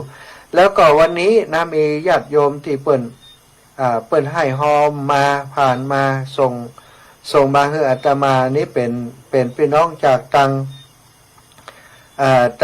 จังหวัดลำปางเนาะตังจังหวัดลำปางก็ขออนุญาตอ่านนามเปิ้นกำเด้อนางละวีวันชัยยาโสนางสาวสิริละดาชัยยาโสคนละ1 แผ่น1 แผ่นเนื่อนายอเนชาชัยยาโสนายพงพิพัฒน์ดูวิชรานนท์นางสาวกรพัฒน์ฮอรอดเนาะนางบุญหลงเจ้าเล่ดีเจ้าเล่ดีนางอัญชลีคำพรหมนายนราศักดิ์คำพรหมนางสาวนวลจันทร์ปราเหนือนายชัยรัตน์ลีละวงศ์นางวรรณาลีละวงศ์นายสมศักดิ์ลีละวงศ์ว่าที่ร้อยตรีณัฐพงศ์ลีละวงศ์นางสุปราณีลีละวงศ์นางสาวมนัญญาลีละวงศ์นางสาวพักขมลคมจันทร์นางสาวมันธนายามเลยนายพงศ์วิสุทธิ์กรอบทองนางมุกดาทาเขียวเด็กหญิงมนลดาราชคมนางสุพิมพ์ทองชัยนายพงเทพทองชัยนายชัยพลวิมาลัยรัตน์นางสายใจขันธิกุลนางสาวพันนีขันธิกุลอันนี้สายของแม่ลัดดาเนาะแม่ลัดดากาวิรชัยที่จังหวัดลำปางเนอะต่อด้วยนายอาทิตย์งามจิตเอื้อนางสาว อาริสรางามจิตเอื้อยายน้อยสิทธิล่านางสาววิภาวีชุ่มเย็นนายธนารักษ์ชุ่มเย็นนางสาวปาริตานาวราชนายจตุรนต์ชุ่มเย็นนางจะจิรถา นาวราชเด็กหญิงชยานินสิทธิล่านายมานะสิทธิล่านายทองทรายชัยชมพูนายสมบูรณ์ใจจริงนางธนลักษณ์ใจจริงนายสุภเลิกบุญทาโสนายสมานมาลัยทองนางทวีมาลัยทองนางสาวกาญจนามาลัยทองนางสาวพรชนันมาลัยทองนางสายหยุดสุวรรณปัญญานายอภิปรัตน์ฐานวิเศษนางสาวสลินลักษณ์ฐานวิเศษนายชัยชาตรีส่งศรีนางสาววิไลเมืองดีนายเอกวิทย์ทะจันวงศ์นายจักรศิลป์ทะทันวงศ์เนาะอันนี้สายของแม่รัตดาเหมือนกันแล้วก็ต่อด้วยนางสาวบัวเล็มเมืองดีนางสมศรีทันวงศ์นายวุฒิกรทันวงศ์นางสาวกฤษณาขุนอาจนางวิพิริยจิตตะนางสาวชนันรัตน์พิริยจิตตะนายอัศวินพิริยจิตตะนายชินดนัยเราหะธนาคมนางพักนิชาลังกาสิทธิ์นายวุฒิวิทย์ลังกาสิทธิ์นายคทาสิทธิ์เสือพาณิชย์นางสาววริญญาพัฒน์เสือพาณิชย์เด็กชายธนัทปวินเสือพาณิชย์นางสาวกอบกุลจิตวิจิตรชโลธรนายเสรีวิจิตรชโลธรนางสดใสวิจิตรชโลธรนายเกียรติศักดิ์เราหาธนาคมนางสาวสุกัญญาเราหาธนาคมนายทักดนัยเราหาธนาคมนางเบญญาดาจิตวิจิตรชโลธรนางศรีเราวงจักรคำนายเริงสุดใจนายเวียงจันทร์สุดใจนายธนพัฒน์สุดใจนายบุญชูกันชัยอันนี้แหมชุดหนึ่งแล้วก็มีเพิ่มเติมเนาะเพิ่มเติมก็นางรัตดากาวิรชัยนายกฤษดากาวิรชัยนายกฤษณานางกฤษณากาวิรชัยนางบุญทวีกาวิรชัยนายทศพรกาวิรชัยนายชานุภาพกาวิรชัยนายชาตรีมั่งมีนางสาวจุธารัตน์จุฬาลักษณ์อินตสมนายสมยศเจียภักดีสมบัตินางเกษรเจียภักดีสมบัตินายสุริยาเจียภักดีสมบัตินางสาวรุ่งทิวาเจียภักดีสมบัตินางสาวสุนิสาเจียภักดีสมบัตินายจักรพันธ์วิไลรัตน์นางอัมพรวิไลรัตน์นางสาวอัญชิสาวิไลรัตน์นางสาวอภิษฐาวิไลรัตน์นายสุรพงศ์ตุราพันธ์นางสาวพิชยนัทเกษตรอนันต์นางสาววรัญญาวิไลรัตน์นางสุพินแสนเครือเนตรนายหนัน เกียงเมืองนางผันนางบัวผันเกียงเมืองนางสาวพันนีพรเกียงเมืองนางสาวเกวลินกูนาเด็กเนาะนี่คือรายชื่อในสายงานของโยมแม่รัตดากาวิราชัยเนาะจากวัดประตูต้นพึ่งจังหวัดลำปางอันนี้ก็ประชาสัมพันธ์ให้ศรัทธาญาติโยมอีป่อยอีแม่ได้รับทราบส่วนศรัทธาอีป่อยอีแม่ทั้งหลายเนอะ ที่อยากจะร่วมบุญหล่อเทียนเข้าวันศาสตร์สำหรับปี 2566 นี้ที่ครูบาอาจารย์ในเครือข่ายคลื่นสีขาวได้กำหนดหล่อในวันที่ 15 เดือนกรกฎาคม 2566 วันเสาร์ที่ 15 กรกฎาคมณสถานที่ของวัดทุ่งโป่งหมู่ที่ 1 ตำบลเมืองปานอำเภอเมืองปานจังหวัดลำปางศรัทธาอีป่อยแม่ไผ่ถ้าสะดวกไปแอวด้วยกันได้ไปร่วมกิจกรรมได้ก็ขอเจริญปอนได้ไปร่วมด้วยกันนะได้ไปแอวอำเภอเมืองปานที่สถานที่ท่องเที่ยวมีหลายที่นะที่เมืองปานเนอะอุทยานแห่งชาติน้ำพุร้อนน้ำตกก็มีน้ำพุร้อนก็มีสถานที่ท่องเที่ยวที่งดงามของอำเภอเมืองปานก็คืออุทยานแห่งชาติแจ้ซ้อนหรือว่าจะไปแอววัดพระธาตุดอยซางแอววัดพระธาตุดอยเต่าคำซึ่งครูบาศรีวิจัยได้ไปบูรณะปฏิสังขรณ์หรือจะไปแอวที่พระบาทเนาะวัดพระบาทผาแดงหรือว่าวัดเฉลิมพระเกียรติสถานอยู่บักไก่เนาะอยู่ในพื้นที่อำเภอแจ้ห่มสามารถเซตกิจกรรมและไปแอวไปแวะได้หรือว่าที่วัดพระธาตุเจ้าวงตาสถานที่มีพระพุทธรูปศักดิ์สิทธิ์อยู่หลายรูปหลายองค์ศรัทธาสามารถจะไปแอวกันได้ในพื้นที่ของตำบลเมืองปานใกล้กับสถานที่ที่เฮาหล่อเตียนศรัทธาไปแอวหล่อเตียนด้วยกันได้ร่วมกิจกรรมด้วยกันเสร็จแล้วก็ไปแวะแอวก่อนที่จะกลับบ้านกลับจอมก็ได้เนาะอันนี้ก็ขอเจริญพรเชิญชวนเนอะศรัทธาอีพ่ออีแม่ทั้งหลายที่เฮาได้ตั้งใจที่จะทำคุณงามความดีร่วมกันในนามของเครือข่ายคลื่นสีขาวครูบาอาจารย์เพิ่นกำหนดแล้วสำหรับปีนี้การหล่อเตียนในวันที่ 15 กรกฎาคมจะหล่อที่วัดทุ่งโป่งสำหรับคนที่อีแม่พอแล้วถ้าจะมาได้ไปท่านอาจารย์หรือว่าอย่างไรก็แล้วแต่อีแม่ขอห้อมมาก่อนได้ก่อนนะก็สามารถให้ห้อมมาก่อนได้โอนเข้าบัญชีของธนาคารกรุงไทยชื่อบัญชีโครงการพัฒนาโรงเรียนขนาดเล็กเนาะเลขที่บัญชีก็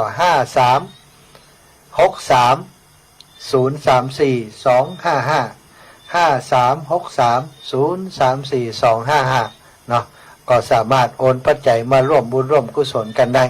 แล้วก็โอนมาแล้วก็ส่งงานหลักฐานการโอนมาให้จิมเพราะอาตมาก็จะต้องเอาไปส่งไปในเครือข่ายของ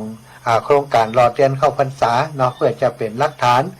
ไว้ให้กับทางเหรัญยิกกับทางเจ้าหน้าที่ฝ่ายบัญชีได้จดเอาไว้ได้รวบรวมเอาเป็นเอกสารเป็นหลักฐานเอาไว้เนาะแล้วก็ส่งรายชื่อมาทางไลน์ของอาตมาที่เอาเบอร์โทรของอาตมาไปแอดไลน์หรือว่าสมัครเป็นเพื่อนกันทางไลน์ได้ศรัทธาเบอร์โทรเนี้ยเนาะ0808844173สามารถจะเป็นเพื่อนกันทางไลน์แอดไลน์กันแล้วก็ส่งรายชื่อมาทางไลน์ได้0808844173สมัครเป็นเพื่อนกันทางไลน์ได้เนาะเอาแล้วเนอะศรัทธาญาติโยมมา2 ชั่วโมงก็จะคอแหบคอแห้งแล้วก็ขอฮื้อแบ่งปันเวลาฮื้อศรัทธาตะกี้บางพ่องก็โทรมาบัดตัน แบ่งเวลาฮื้อนักน้อยหนึ่งตอนนี้21:41 นาทีศรัทธาญาติโยมสามารถโทรเข้ามามาเอ่ยกันได้ตามนี้เลยเนอะ0808844173โทรเข้ามามาจากกันได้ตะกี้ไฟติดค้างอยู่บ่ได้โทรมาสักกรรมนะโทรมามาจากกันได้เนาะ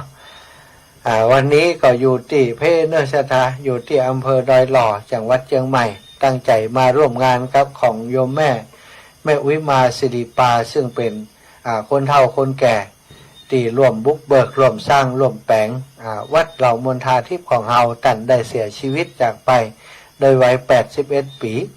วันนี้ครูบาอาจารย์ท่านพระครูอภิวัฒนวิกรมได้ไปแสดงพระธรรมเทศนาทีแรกอาตมาว่าจะไปร่วมมันบำเพ็ญกุศลงานศพเปิ้นแต่พอดีว่าครูบาอาจารย์คือจัดรายการแตนกันเลยได้มานั่งจัดรายการบ่ได้ไปงานสกรรมสถาน แม่ยังฟังตัวเด้อ เจ้าแม่ แม่นั่งเหลาไม่โยแม่ฟังจังหวะชั่วโมงไม่ได้กันละ ดีแล้วขอบคุณเด้อ แม่ขึ้นดารุนี้แหละ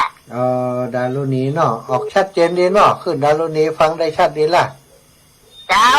นี่จะดีขึ้นแม่กับพังนะตุลุงเนาะ ดีละขอบคุณเด้อแม่เด้อ กับพัง ดีแล้วขอบคุณหลา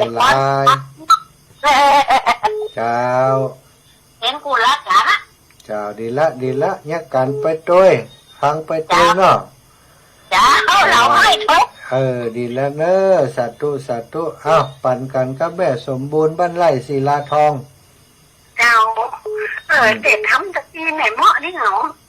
เหมาะดีกะใส่ขันตั้งเห็นเนอะ เนี่ยหาสาระเหมาะดีค่ะพี่สนใจ ท่านอาจารย์เสน่ห์กาลงแต่งนิดดีเนาะน่าจะพิมพ์ขายเป็นอย่างยังเนียบแล้วเหมาะดีแต่ ดีเจ้าอ่านง่ายดีเจ้าเอามาตื่นบ้านเขามันเจ้าเวลาหว่างเวลาอย่างเขามาเตะนะเขา เจ้าแม่เจ้า ลูกสบายดีนะสบายดีแม่สบายดีเนอะเจ้าขอบคุณฮับสายพี่น้องดินดำก่อนเจริญปอนโยมแม่คำนวณเจ้าภาษาเจ้าทันวันนั้นจะโทรหาแม่ว่าแม่น้ำสกุลอย่างก็เนี่ยนึกหมอกกำลังแข็งเจ้านั่นน่ะแม่นกำแม่นฮะจะเขียนกับความทุกข์เจ้าได้อย่างเจ้าอันใดอันบอกไปในรายการว่าถ้าอันพี่น้องตั้งบันดินดำไปอันจดจืดตีแม่ฮันเนอร์อีน่ะจดจืดสำหรับการเป็นเจ้าภาพวันจันทร์มาได้ยินสักคำน่ะเจ้าแม่วันจันทร์ได้ยินสักคำแหละแต่อันดับได้ยินสักคำเจ้าอันนี้ก็สมองแหลกตั้มเราเปิดสักคำเจ้าแม่ฟังอยู่ขอบคุณเจ้าเขาโหกกันกับเปิดก็โหกกันร้ายอยู่น่ะเจ้าแม่เนาะไปปะกันไปตอนรับครูบาอาจารย์เนาะเป็นเจ้าภาพด้วยกันนะแม่เนาะเจ้าขอบคุณแม่หลายๆเนอะค่ะเจ้ากับภาษาเจ้าคำนวณดินดำพี่น้องตั้งเมืองปานถ้าจะฟังกันหลายอยู่เหมือนกันเนาะโอ้แม่บัวลอยชัยสวรรค์โทรมาแห่ไม่เนอะขึ้นเดินหาพี่น้องตั้งศพก็เจริญปอนแม่บัวลอยเจ้าไอ้สาเจ้าท่านพระอาจารย์แม่ฟังอยู่เนอะเป็นสะพานบุญฮือจิมนาหล่อเตียนเนอเจ้าวันที่15 กรกฎาคมก่อนกันเจ้า15 กรกฎาคมป้ากันไปหลายโอ้กันไปนี่แม่จึงไปได้เนาะแต่บุญแม่ถ้าจะไปถึงอยู่เจ้าได้กันพี่สมพินบุญทาเนาะพี่น้องตั้งแม่สวยตาก็ฟังกันอยู่เนาะเจ้าฟังอยู่เจ้าฟังนะแล้วเขาบัดโทรเจ้าแม่อดจึงได้ยินเสียงว่าแม่โทรแล้วแม่ท่านโทรแต่เจ้ามันแบบติดเนาะเจ้าได้ยินอาจารย์ว่าแต่ก็แม่สวยฟังเนื้อก็เป็นพุทธแล้วเป็นกันเจ้าไว้สาเนื้อแม่ขออนุโมทนาบุญทุกสิ่งทุกอย่างเจ้าสาธุแม่สาธุเจ้าเจริญพรแม่ทอนทะนัดบ้านน้ำดิบนันทะนัดเจ้าพอพานนันทะนัดนันทะเจ้านันทะพอพานนันพระกันแม่เจ้านันพระนัดดีจัดแก้วพันพอพานธรรมดาทองพันพอพานหนุนได้เจ้าแม่นันพระนัดเนาะบ้านน้ำดิบประสังเนาะเจ้าแม่ฟังด้านอยู่เนอะตั้งชั่วโมงแรกมาละขอบคุณนี่แม่เจ้าโทรกับบัณฑิตโทรตานตุนตันชั่วโมงเจ้าอันปัจจัยนี่ โทรแม่โอนไปตะบาแล้วเนอะ เจ้าแม่รับทราบรับทราบ จ้าอ๋อจ้า เจ้า ไม่ได้โทรบอกเลยทันเดี๋ยวเนาะ อนุโมทนาบุญกับแม่เนอร์ จ้าวันเดียวนี่อยู่บ้านเรามณฑาทิพย์ เจ้า นะ เรามณฑาทิพย์แม่ อ๋อจ้ามาวันนี้แหละ มาวันนี้มัดแต่เจ้านี่แม่ อ๋อจ้า อยู่จนแล้วงานศพป่ะแม่ จ้า เจ้า ให้กำลังใจท่านเด้อ สาธุขอบคุณนะแม่เนอร์ จ้าไว้ตาเจ้า บุญรักษาแม่เจริญพรแม่วัน พระเจ้าท่านมหา เจ้าแม่เป็นน้องสันกำแพง เจ้า ท ทำบุญร่วม100นะเจ้า เจ้าแม่มีเลขที่บัญชีของโรงเรียนแล้วเนาะจดตันก็ตะกี้ ยังเจ้า อ๋อแม่จะเอาเลยก็ว่าได้ เดี๋ยวคนเดียวให้ลูกสาวเนาะ เนาะ เจ้า ไปบอกเบอร์เถอะไปบอกเลขบัญชีอ่ะไปบอกเลขบัญชีเดี๋ยวจะถูกป่ะนะจะบอกอ่ะ เจ้า จำได้ อ้าวมีไผจดให้ก็แม่ เราก็เช้าเลยท่านเจ้า เจ้าจดให้แม่ละ เอา เนอะตุปิจะบอกให้เนอะ53 53 63 63 034 034 255 255 จ้าธนาคารกรุงไทย กรุงไทย เจ้าเลขที่อันชื่อโครงการพัฒนาโรงเรียนขนาดเล็กถ้าเราโอนถูกมันก็จะขึ้นโครงการโรงเรียนอีกเนาะ โครงการพัฒนา โรงเรียนขนาดเล็กครับ ทัดเล็กเจ้า เจ้า เจ้าเดี๋ยวโอนไป100นะเจ้า เจ้าสาธุบุญรักษาเนอ มาจิว เรียบร้อยเจริญปอน ไปสาเจ้าทำมานะ หันหูขึ้นในเฟซบุ๊กหันน่ะ อีแม่ตัดอย่างมา ที่ทำงานเนี่ยเจ้าจะไปเนื้อ ไปเจ๊กะ ไปก้าไปงานนั้นงานซุกแม่ อ๋อวันที่15วันถูกวันเฮนี่กะแม่ เจ้าม ากะไม่อยากก็มาแม่ไม่อยากค้ำก็มา เอาไม่ยากมาเตยเนาะ ไม่อยากก็มาอย่าให้เปิ่นเชี่ยวกันกะมามันได้ก็กอดคอย่อเหนียงกันน่ะ โอ้จะได้แก้มฝั่งไตอย่างนี้ว่าเปิดไปฝั่งเนี่ยแม่เปิดมาจ้ะเป็นมาจ้ะ เป็นงานตู้ของอันนั่นนะ เจ้าอีแม่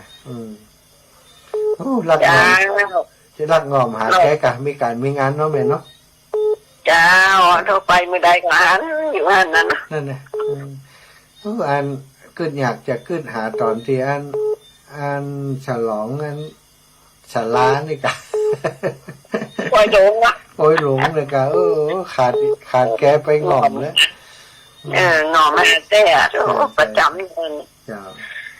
เจ้าที่พานนี่ก็เจอกันที่พานในก็เจอกันตลอดนะ เจ้าอีแม่สาธุขอบคุณอีแม่นะ ไว้แต่เจ้า เจ้าสาธุแม่จันเรือนใสแม่บัวลอยชัยสวรรค์รับไปแล้วนะอ้าวตอนนี้21:51 นาทีอ้าวไผ่ตกค้างอยู่ตอนนี้ก็โทรมาได้เนอะตะกี้ขอบคุณแม่ยายอวนนะกับลูกสาวของเปิ้นเนาะลูกสาวเปิ้นมาจดแล้วก็จะโอนปัจจัยมาร่วมบุญหล่อเตียนเข้าพรรษาวันที่15 กรกฎาคมเดือนหน้าพุ่นนะเดือนนี้มิถุนาเดือนหน้ากรกฎาคมซะท่าโอ้อันนี้ยังรับนอนด้วยกันนี่ ฮะโอ้ฮะ มันขานเจ้าเดี๋ยวถ้าอาจารย์จบเยอะซอออกละ ดูจะถ้าฟังซออยู่น่ะ ถ้าฟังซออยู่ โอ้นอนดึกแต่ดูโอ้เจ้า เจ้าจะพูดใจ สาธุอีแม่บุญรักษาเนอะ เจ้าสาธุเจ้า แม่บัวไขวงหารนี่ก็ใส่บาตรถึงวันซะจ้ะใส่บาตรถึงวันนั้นเปิ่นฟุกอย่างโม่เปิ่น ไปใส่บาตรบ้านแม่ยายกิ่งเหล็กบ้านแม่ยายกิ่งออกกะเปิ่นไรฟุกกันเนาะคนละเล็กละน้อยอีแล้วอ่ะก็ขอบคุณครับศรัทธาเท่าแก่อีปล่อยแม่ทั้งหลายก็ฝากทุกท่านเนอะที่ฟังรายการอยู่เป็นสะพานบุญช่วยกันคนละเล็กละน้อยเนาะแผ่นธรรมจักรที่จะให้ศรัทธาทั้งหลายปูจาเนี่ยครูบาอาจารย์เพิ่นสั่งทำมาเนาะสั่งทำมาตกแผ่นหนึ่งก็แผ่นละ20 บาทศรัทธาปูจาแผ่นละ20 บาทเฮาได้บุญได้หลอดเตียนคือเพิ่นเอาไปจุดไปตามส่องทำไปทำวัดสวดมนต์ที่อำเภอฝางเนาะที่วัดพระบาทอุดมน้ำบ่อสวาและวัดในพื้นที่อำเภอฝางแม่วิไลเมืองน่านจะได้ตุ๊ดแล้วก็หายไปแหแม่วิไลโทรมาแหไหมจะตั้งหมดกะ แม่วิไลเมืองน่านอีละวะนะตุ๊ดแล้วก็หายไปอันจะเอาไปทอดถวายที่เมืองฝางซะท่าทอดถวายที่เมืองฝางวัตถุประสงค์ของการรอเทียนครั้งนี้อย่างที่หนึ่งก็เพื่อจะสืบสานวัฒนธรรมประเพณีเนาะในการรอเทียนแล้วก็อย่างที่สองก็เพื่อจะระดมทุนช่วยเหลือโรงเรียนขนาดเล็ก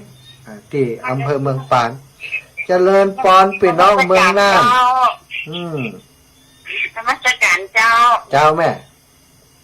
เจ้านมัสการเจ้าได้ยินแล้วนะอีแม่ว่าเลยก็จะพบหายไปปะกะเสียงหายใกล้แม่เขาได้ยินเสียงอีแม่อยู่แล้วอ่ะเจริญปอนแม่รอบ2แม่ลืมบอกไปว่าแม่เป็นสะพานบุญทางเพจเนอร์โอ้จ้ะลืมเขาก็ลืมบอกไปมียันพ่อครูพระเดชแม่กุยคำตานพระเจ้าทองทิพย์เนี่ยเปิ้นก็เจ้าแม่นี่100 บาทนะเจ้าแม่เจ้าผ่านตั้งอีแม่เนาะใครทำบุญกับมาแม่เป็นสะพานบุญทั้งนี้เนอะเจ้าขอบคุณอีแม่หลายๆเวียงตาการอีแม่เนอะแม่จันเรือนใสขอบคุณเจ้าแม่เดือนเพ็ญก็อยู่หิมกันฮะกะเจ้าแม่จันเดือนใสแม่เดือนเพ็ญทิมหวังเนาะอีแม่อันเปิ่นโทรมาแล้วก็อันมันบ่ได้ยินอย่างใดมึงโทรของเขาก็หมดจะเอาของตัวเก่าโทรหาเปิ่นของตัวเก่าเชื่อมยอดเงินของคุณหมดดีวะ แม่วิไลเมืองน่านตะกี้อันตอนที่อีแม่โทรมาเขาได้ยินเสียงอีแม่จัดดีแต่อีแม่ทำได้ยินเสียงเขาเนาะอีแม่จะฮัลโหลทิกๆอ่ะนะแม่วิไลเมืองน่านตะกี้เขาได้ยินเสียงอีแม่ชัดจะดีนะลองห้าพร้อมกันเนาะได้ยินดีก่อนเจริญปอนแม่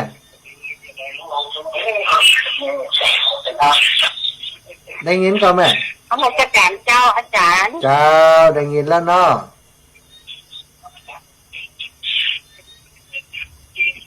ได้ยินแล้วนะแม่อีแม่ต้องปิดวิทยุก่อนเนอะถ้าอีแม่ฟังวิทยุจำหู้ความกันเนอะแม่ปิดวิทยุแล้วยังอีแม่ปิดอาจารย์เจ้าเจ้าอู้ได้เลยนมัสการเจ้าแม่นมัสการเจ้าท่านมหาสมชาติเจ้า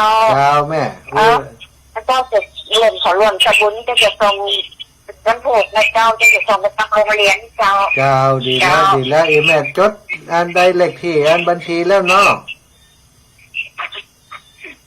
เจ้าดีแล้วเนาะส่งมาเด้อก็จะส่งไปทางโรงเรียนคุณเจ้าดีแล้ว